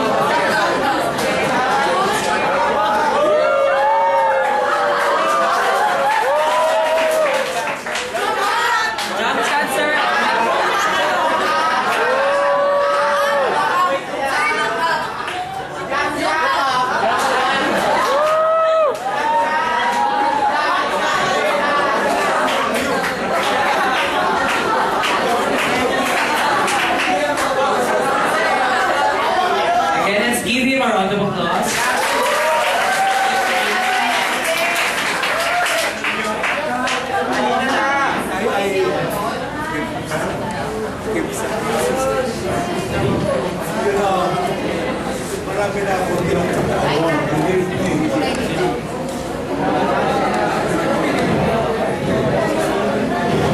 Marami na akong award in my life. Bakit pa yung mga awards coming from students sa universities I treasure the most? Walang biro. Because they come from my clientele. Clientele ko, mga estudyante lang. Hindi lang dito sa ibang lugar. So, an award coming from them touches the very fibers of my heart. Alam niyo, sa akin palagay, I agree with Aristotle. Si Aristotle, yung philosopher, sabi niya, if the award, yung award that you give to me is false about me, hindi mo yun ang totoo, how can it affect me? But if what you say about me is the truth about me, that can add to my happiness. So, nasa nagbibigay yun at tumatanggap. Binigay ng mga estudyante ko para you speak on behalf of all my students. Marami na akong estudyante, including some senators. Tandaan nyo, si Senator Lacson, for one thing, was my student sa ICU.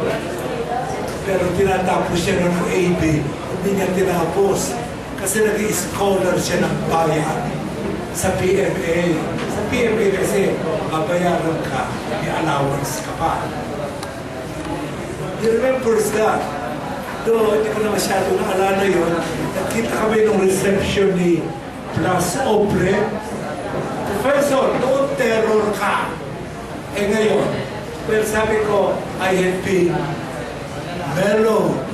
I have grown more mellow. There will be more students. They come and go. Ako, one time, I will have to go. Even I will have to go. Siguro madalian niya. All in God's good time. But before I go, I hope it will be said sa mga lectures niya, he spoke the truth and he became a conveyor of the truth. Yun ang gusto ko sabihin sa akin. Siya lamang, he represented ideas and he wants to make ideas real.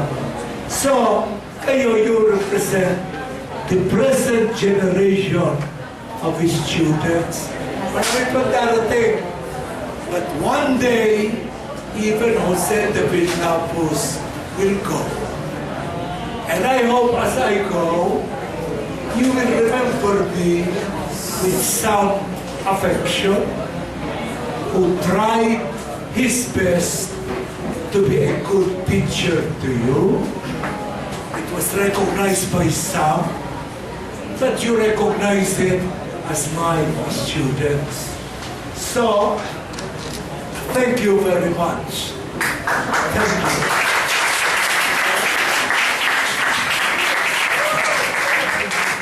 Siyempre, pwede umupo lang ako. Pakita lang natin yun. So, thank you, Professor Jose Lapuz, for the closing remarks. Who wants to ask a question? Yung mga Nico. Anyone na may nagbawa ng tanong? Dapat itanong kayo. So, may I call on Mr. Ronald Irenon to ask a question? May umalis kasi binigay from 2-3. Okay ba lang? After you. Sino magtanong? Pero pa kayo magtanong. Good afternoon, sir. Good afternoon. I'm from DSCO. Since we are in the modern world, and I can see that technology changes radically, and history is being set aside. So, as a respected professor and lecturer, how can you make a balance or equilibrium between science and technology and history? Related kayo. Sir, yung tanong na yan, ulitin ko na naman ang lecture ko. That is 3 hours. Then, nagbibiro na ako. Yes! How you make the balance? Yan ang test of an educated man. He knows the balance. No one can tell you how to maintain the balance. Ikaw yan eh. Meron ka rito, and you size it up. You pose the weights. Huh? Ikaw rin malalaman mo yan. Ang gusto ko lang mangyari, wag off balance. Huwag yung nasa science ka na, computer, wala ka nang pakialam sa mundo. Huwag naman you are so worldly conscious, you fail to develop a career. Kailangan mo ng career. Career. Your life work. Pero kahit sa life work mo, my student, ako, kung disipulo, estudyante ko, a balance is needed. Para watching TV, yung balance, di ba? Hahanapin mo yung worthwhile. Do not waste your time sa mga worthless. Sayang o, pinapabalik yung mga minuto yun. Parang, yung minuto inubos yun doon, pinapabalik. Pinapabalik yun. Do not waste time, for time is the stuff of which life is made. Tatandaan niyo yun. Yung sinabi ko, panoorin yung Jobs, yung buhay ni Steve Jobs. Kasi alam ko medyo kayo sa computer, you will find that movie fascinating and thrilling. Kasi lalo yung career niyo. Baka may mga insight, may mga perspective si Steve Jobs na mapahinga ka, mahawa ka, no? O ma-inspire ka. And that is good. Because Steve Jobs is one of the great men in computers. Talaga. So, yun hindi waste of your time. Pero siguro, you will have to spend some time. But it is a money well invested. Yun ang sinasabi ko. So, yung balance na sa yan, dapat meron kang motto, meron kang maxim. May I suggest the balance must hold. Ang balance man. Kasi pag off balance, mahulog ka. Kaya if you are the man of the flying trapeze, alam mo yung mga world champion na cross sa mga night lang, ano ha? From building to building, what a magnificent sense of balance there. You win, velocity, balance. That is how to survive. You have to find your balance. But I cannot tell you, this is your balance. But this one I can tell you, the balance must hold. Good question. I-clear ko na lang, wala namang tatanong. Thank you for the question. Anyone? May maiyan, may tanong dapat. Tsaka tagalin niyo yung hiya-hiya. You be aggressive. You be a PUP student. You step up of the plate and be counted. Very well. Mahiya. So, O ba din mo sasarado? Read your question. Mr. Gavin Macarupo, next. Sige. Kayo na. Pagkasay niyo lang yung tanong nyo. Mas gusto ko ito mga estudyante ng naman. English or Filipino? Tandaan nyo, ha? Sir, as we community student, what do you think, what do you think should we need to study or learn more about the history of the Republic of the Philippines that will help us in the near future? That will make, ano? That will help us in the near future. Kaya, huwag nang emphasize yung the Philippines under Spain, although you should know that, no? Huwag nang memoryan yung mga governor general, yung lieutenant general. Basta passing glance, no? Pero when we started fighting for our independence, yung pinanakang revolution, yes, Rizal, si Mabini, and then yung parliamentary struggle, si Quezon, noong Lunes, Quezon Day, noong August 19, pinagyo siya. Aquino Day, August 20, pinagyo siya. Bakit ito, Lapuz Day, ang ganda ng araw? Bakit? Sumilag ang araw. Well, with the blessings of our Lord. Gusto mo yung emphasize nyo sa history? Yeah, Spain kailangan sa legacy, no? Yung pamana ng Spain, kamukha ng Catholic education. And then you go to the revolution, yeah. And then, the proclamation of Philippine independence sa Kawit, Cavite, yeah. At saka yung tinayo ni Aguinaldo doon sa bahay niya sa Kawit. Then, naturak sila sa Braswain Church, sa Malolos. Kasi, the Filipino then was defining his identity as a free man. In fact, I can shorten the definition ng history as the struggle of the Filipinos for freedom. Sir, I have one. Yes. Your opinion, sir.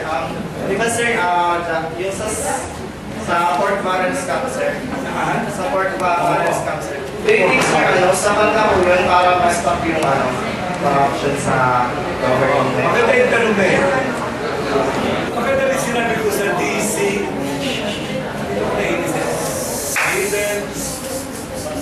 alam niyo naman kaaway ako ng lawyers.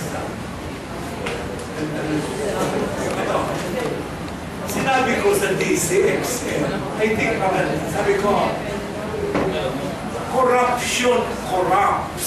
Sinabi rin niya ni Aquino, ang corruption. Well, bintinagdag ako corruption corrupts. But before it corrupts, it attracts. Pero siya gayuma may attraction. Parang bubuyog yun, lumilipad sa bulaklak. May attraction yung bulaklak. Kaya nilipad siya ron. Yun ang pork barrel, it is an attraction. Anong gagawin mo? Cut it off. Tanggalin talaga. Hindi kailangan yun. Hindi kailangan. At marami nag-agree na puno-puno ang luneta. Wala ako roon kasi nasa radyo ako at saka nag-meeting yung aming UP Alumni Association ulit. At saka alam mo, hindi na masyadong meron kaya ng radyo. But in principle, I was one with them. In fact, nagsalita na ako sa DCQL 558 sa pihita ng inyong radyo sa istasyon na yan sa Guadalupe dito sa formerly ABC Mall. Yun, hindi tatagalin na yung PIDA. Pareho rin yun Kasi yung PIDA, ayun din. Attraction din yun. Sa kakahinaan ko siya, Kino, at least, hanggang doon siya, tatagal niya yung PIDA. Kibagay na rin yun, Pero hindi pa rin. Kailangan talaga tanggalin yung graft and corruption. You pork barrel. PIDAF is a good beginning, but it will not stop there. Believe me, because the attraction is still there. Kaya nga sinabi ko, corruption corrupts. Before it corrupts, it attracts. Pang-akit yan Because millions. Tukso. Yan ang mansanas ni Eva. Bakit ba kinagat ni Adan ang mansanas ni Eva? Ewan ko. Ewan daw. Kaya, alam niyo ba? Hindi niyo alam? Alam niyo ba yung katang yun? Bakit kinagat ni Eva ang mansanas ni Adan? Bakit kinagat ni Adan? Baligtad. Sino po ba? Si Eva, di ba?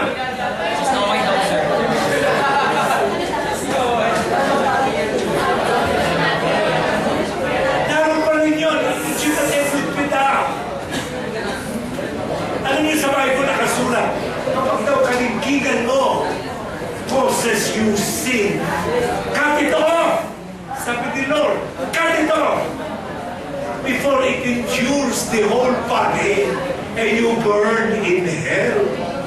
Si Lord Jesus Christ ang sabi niya, tanggalin talaga yun, hindi kailangan.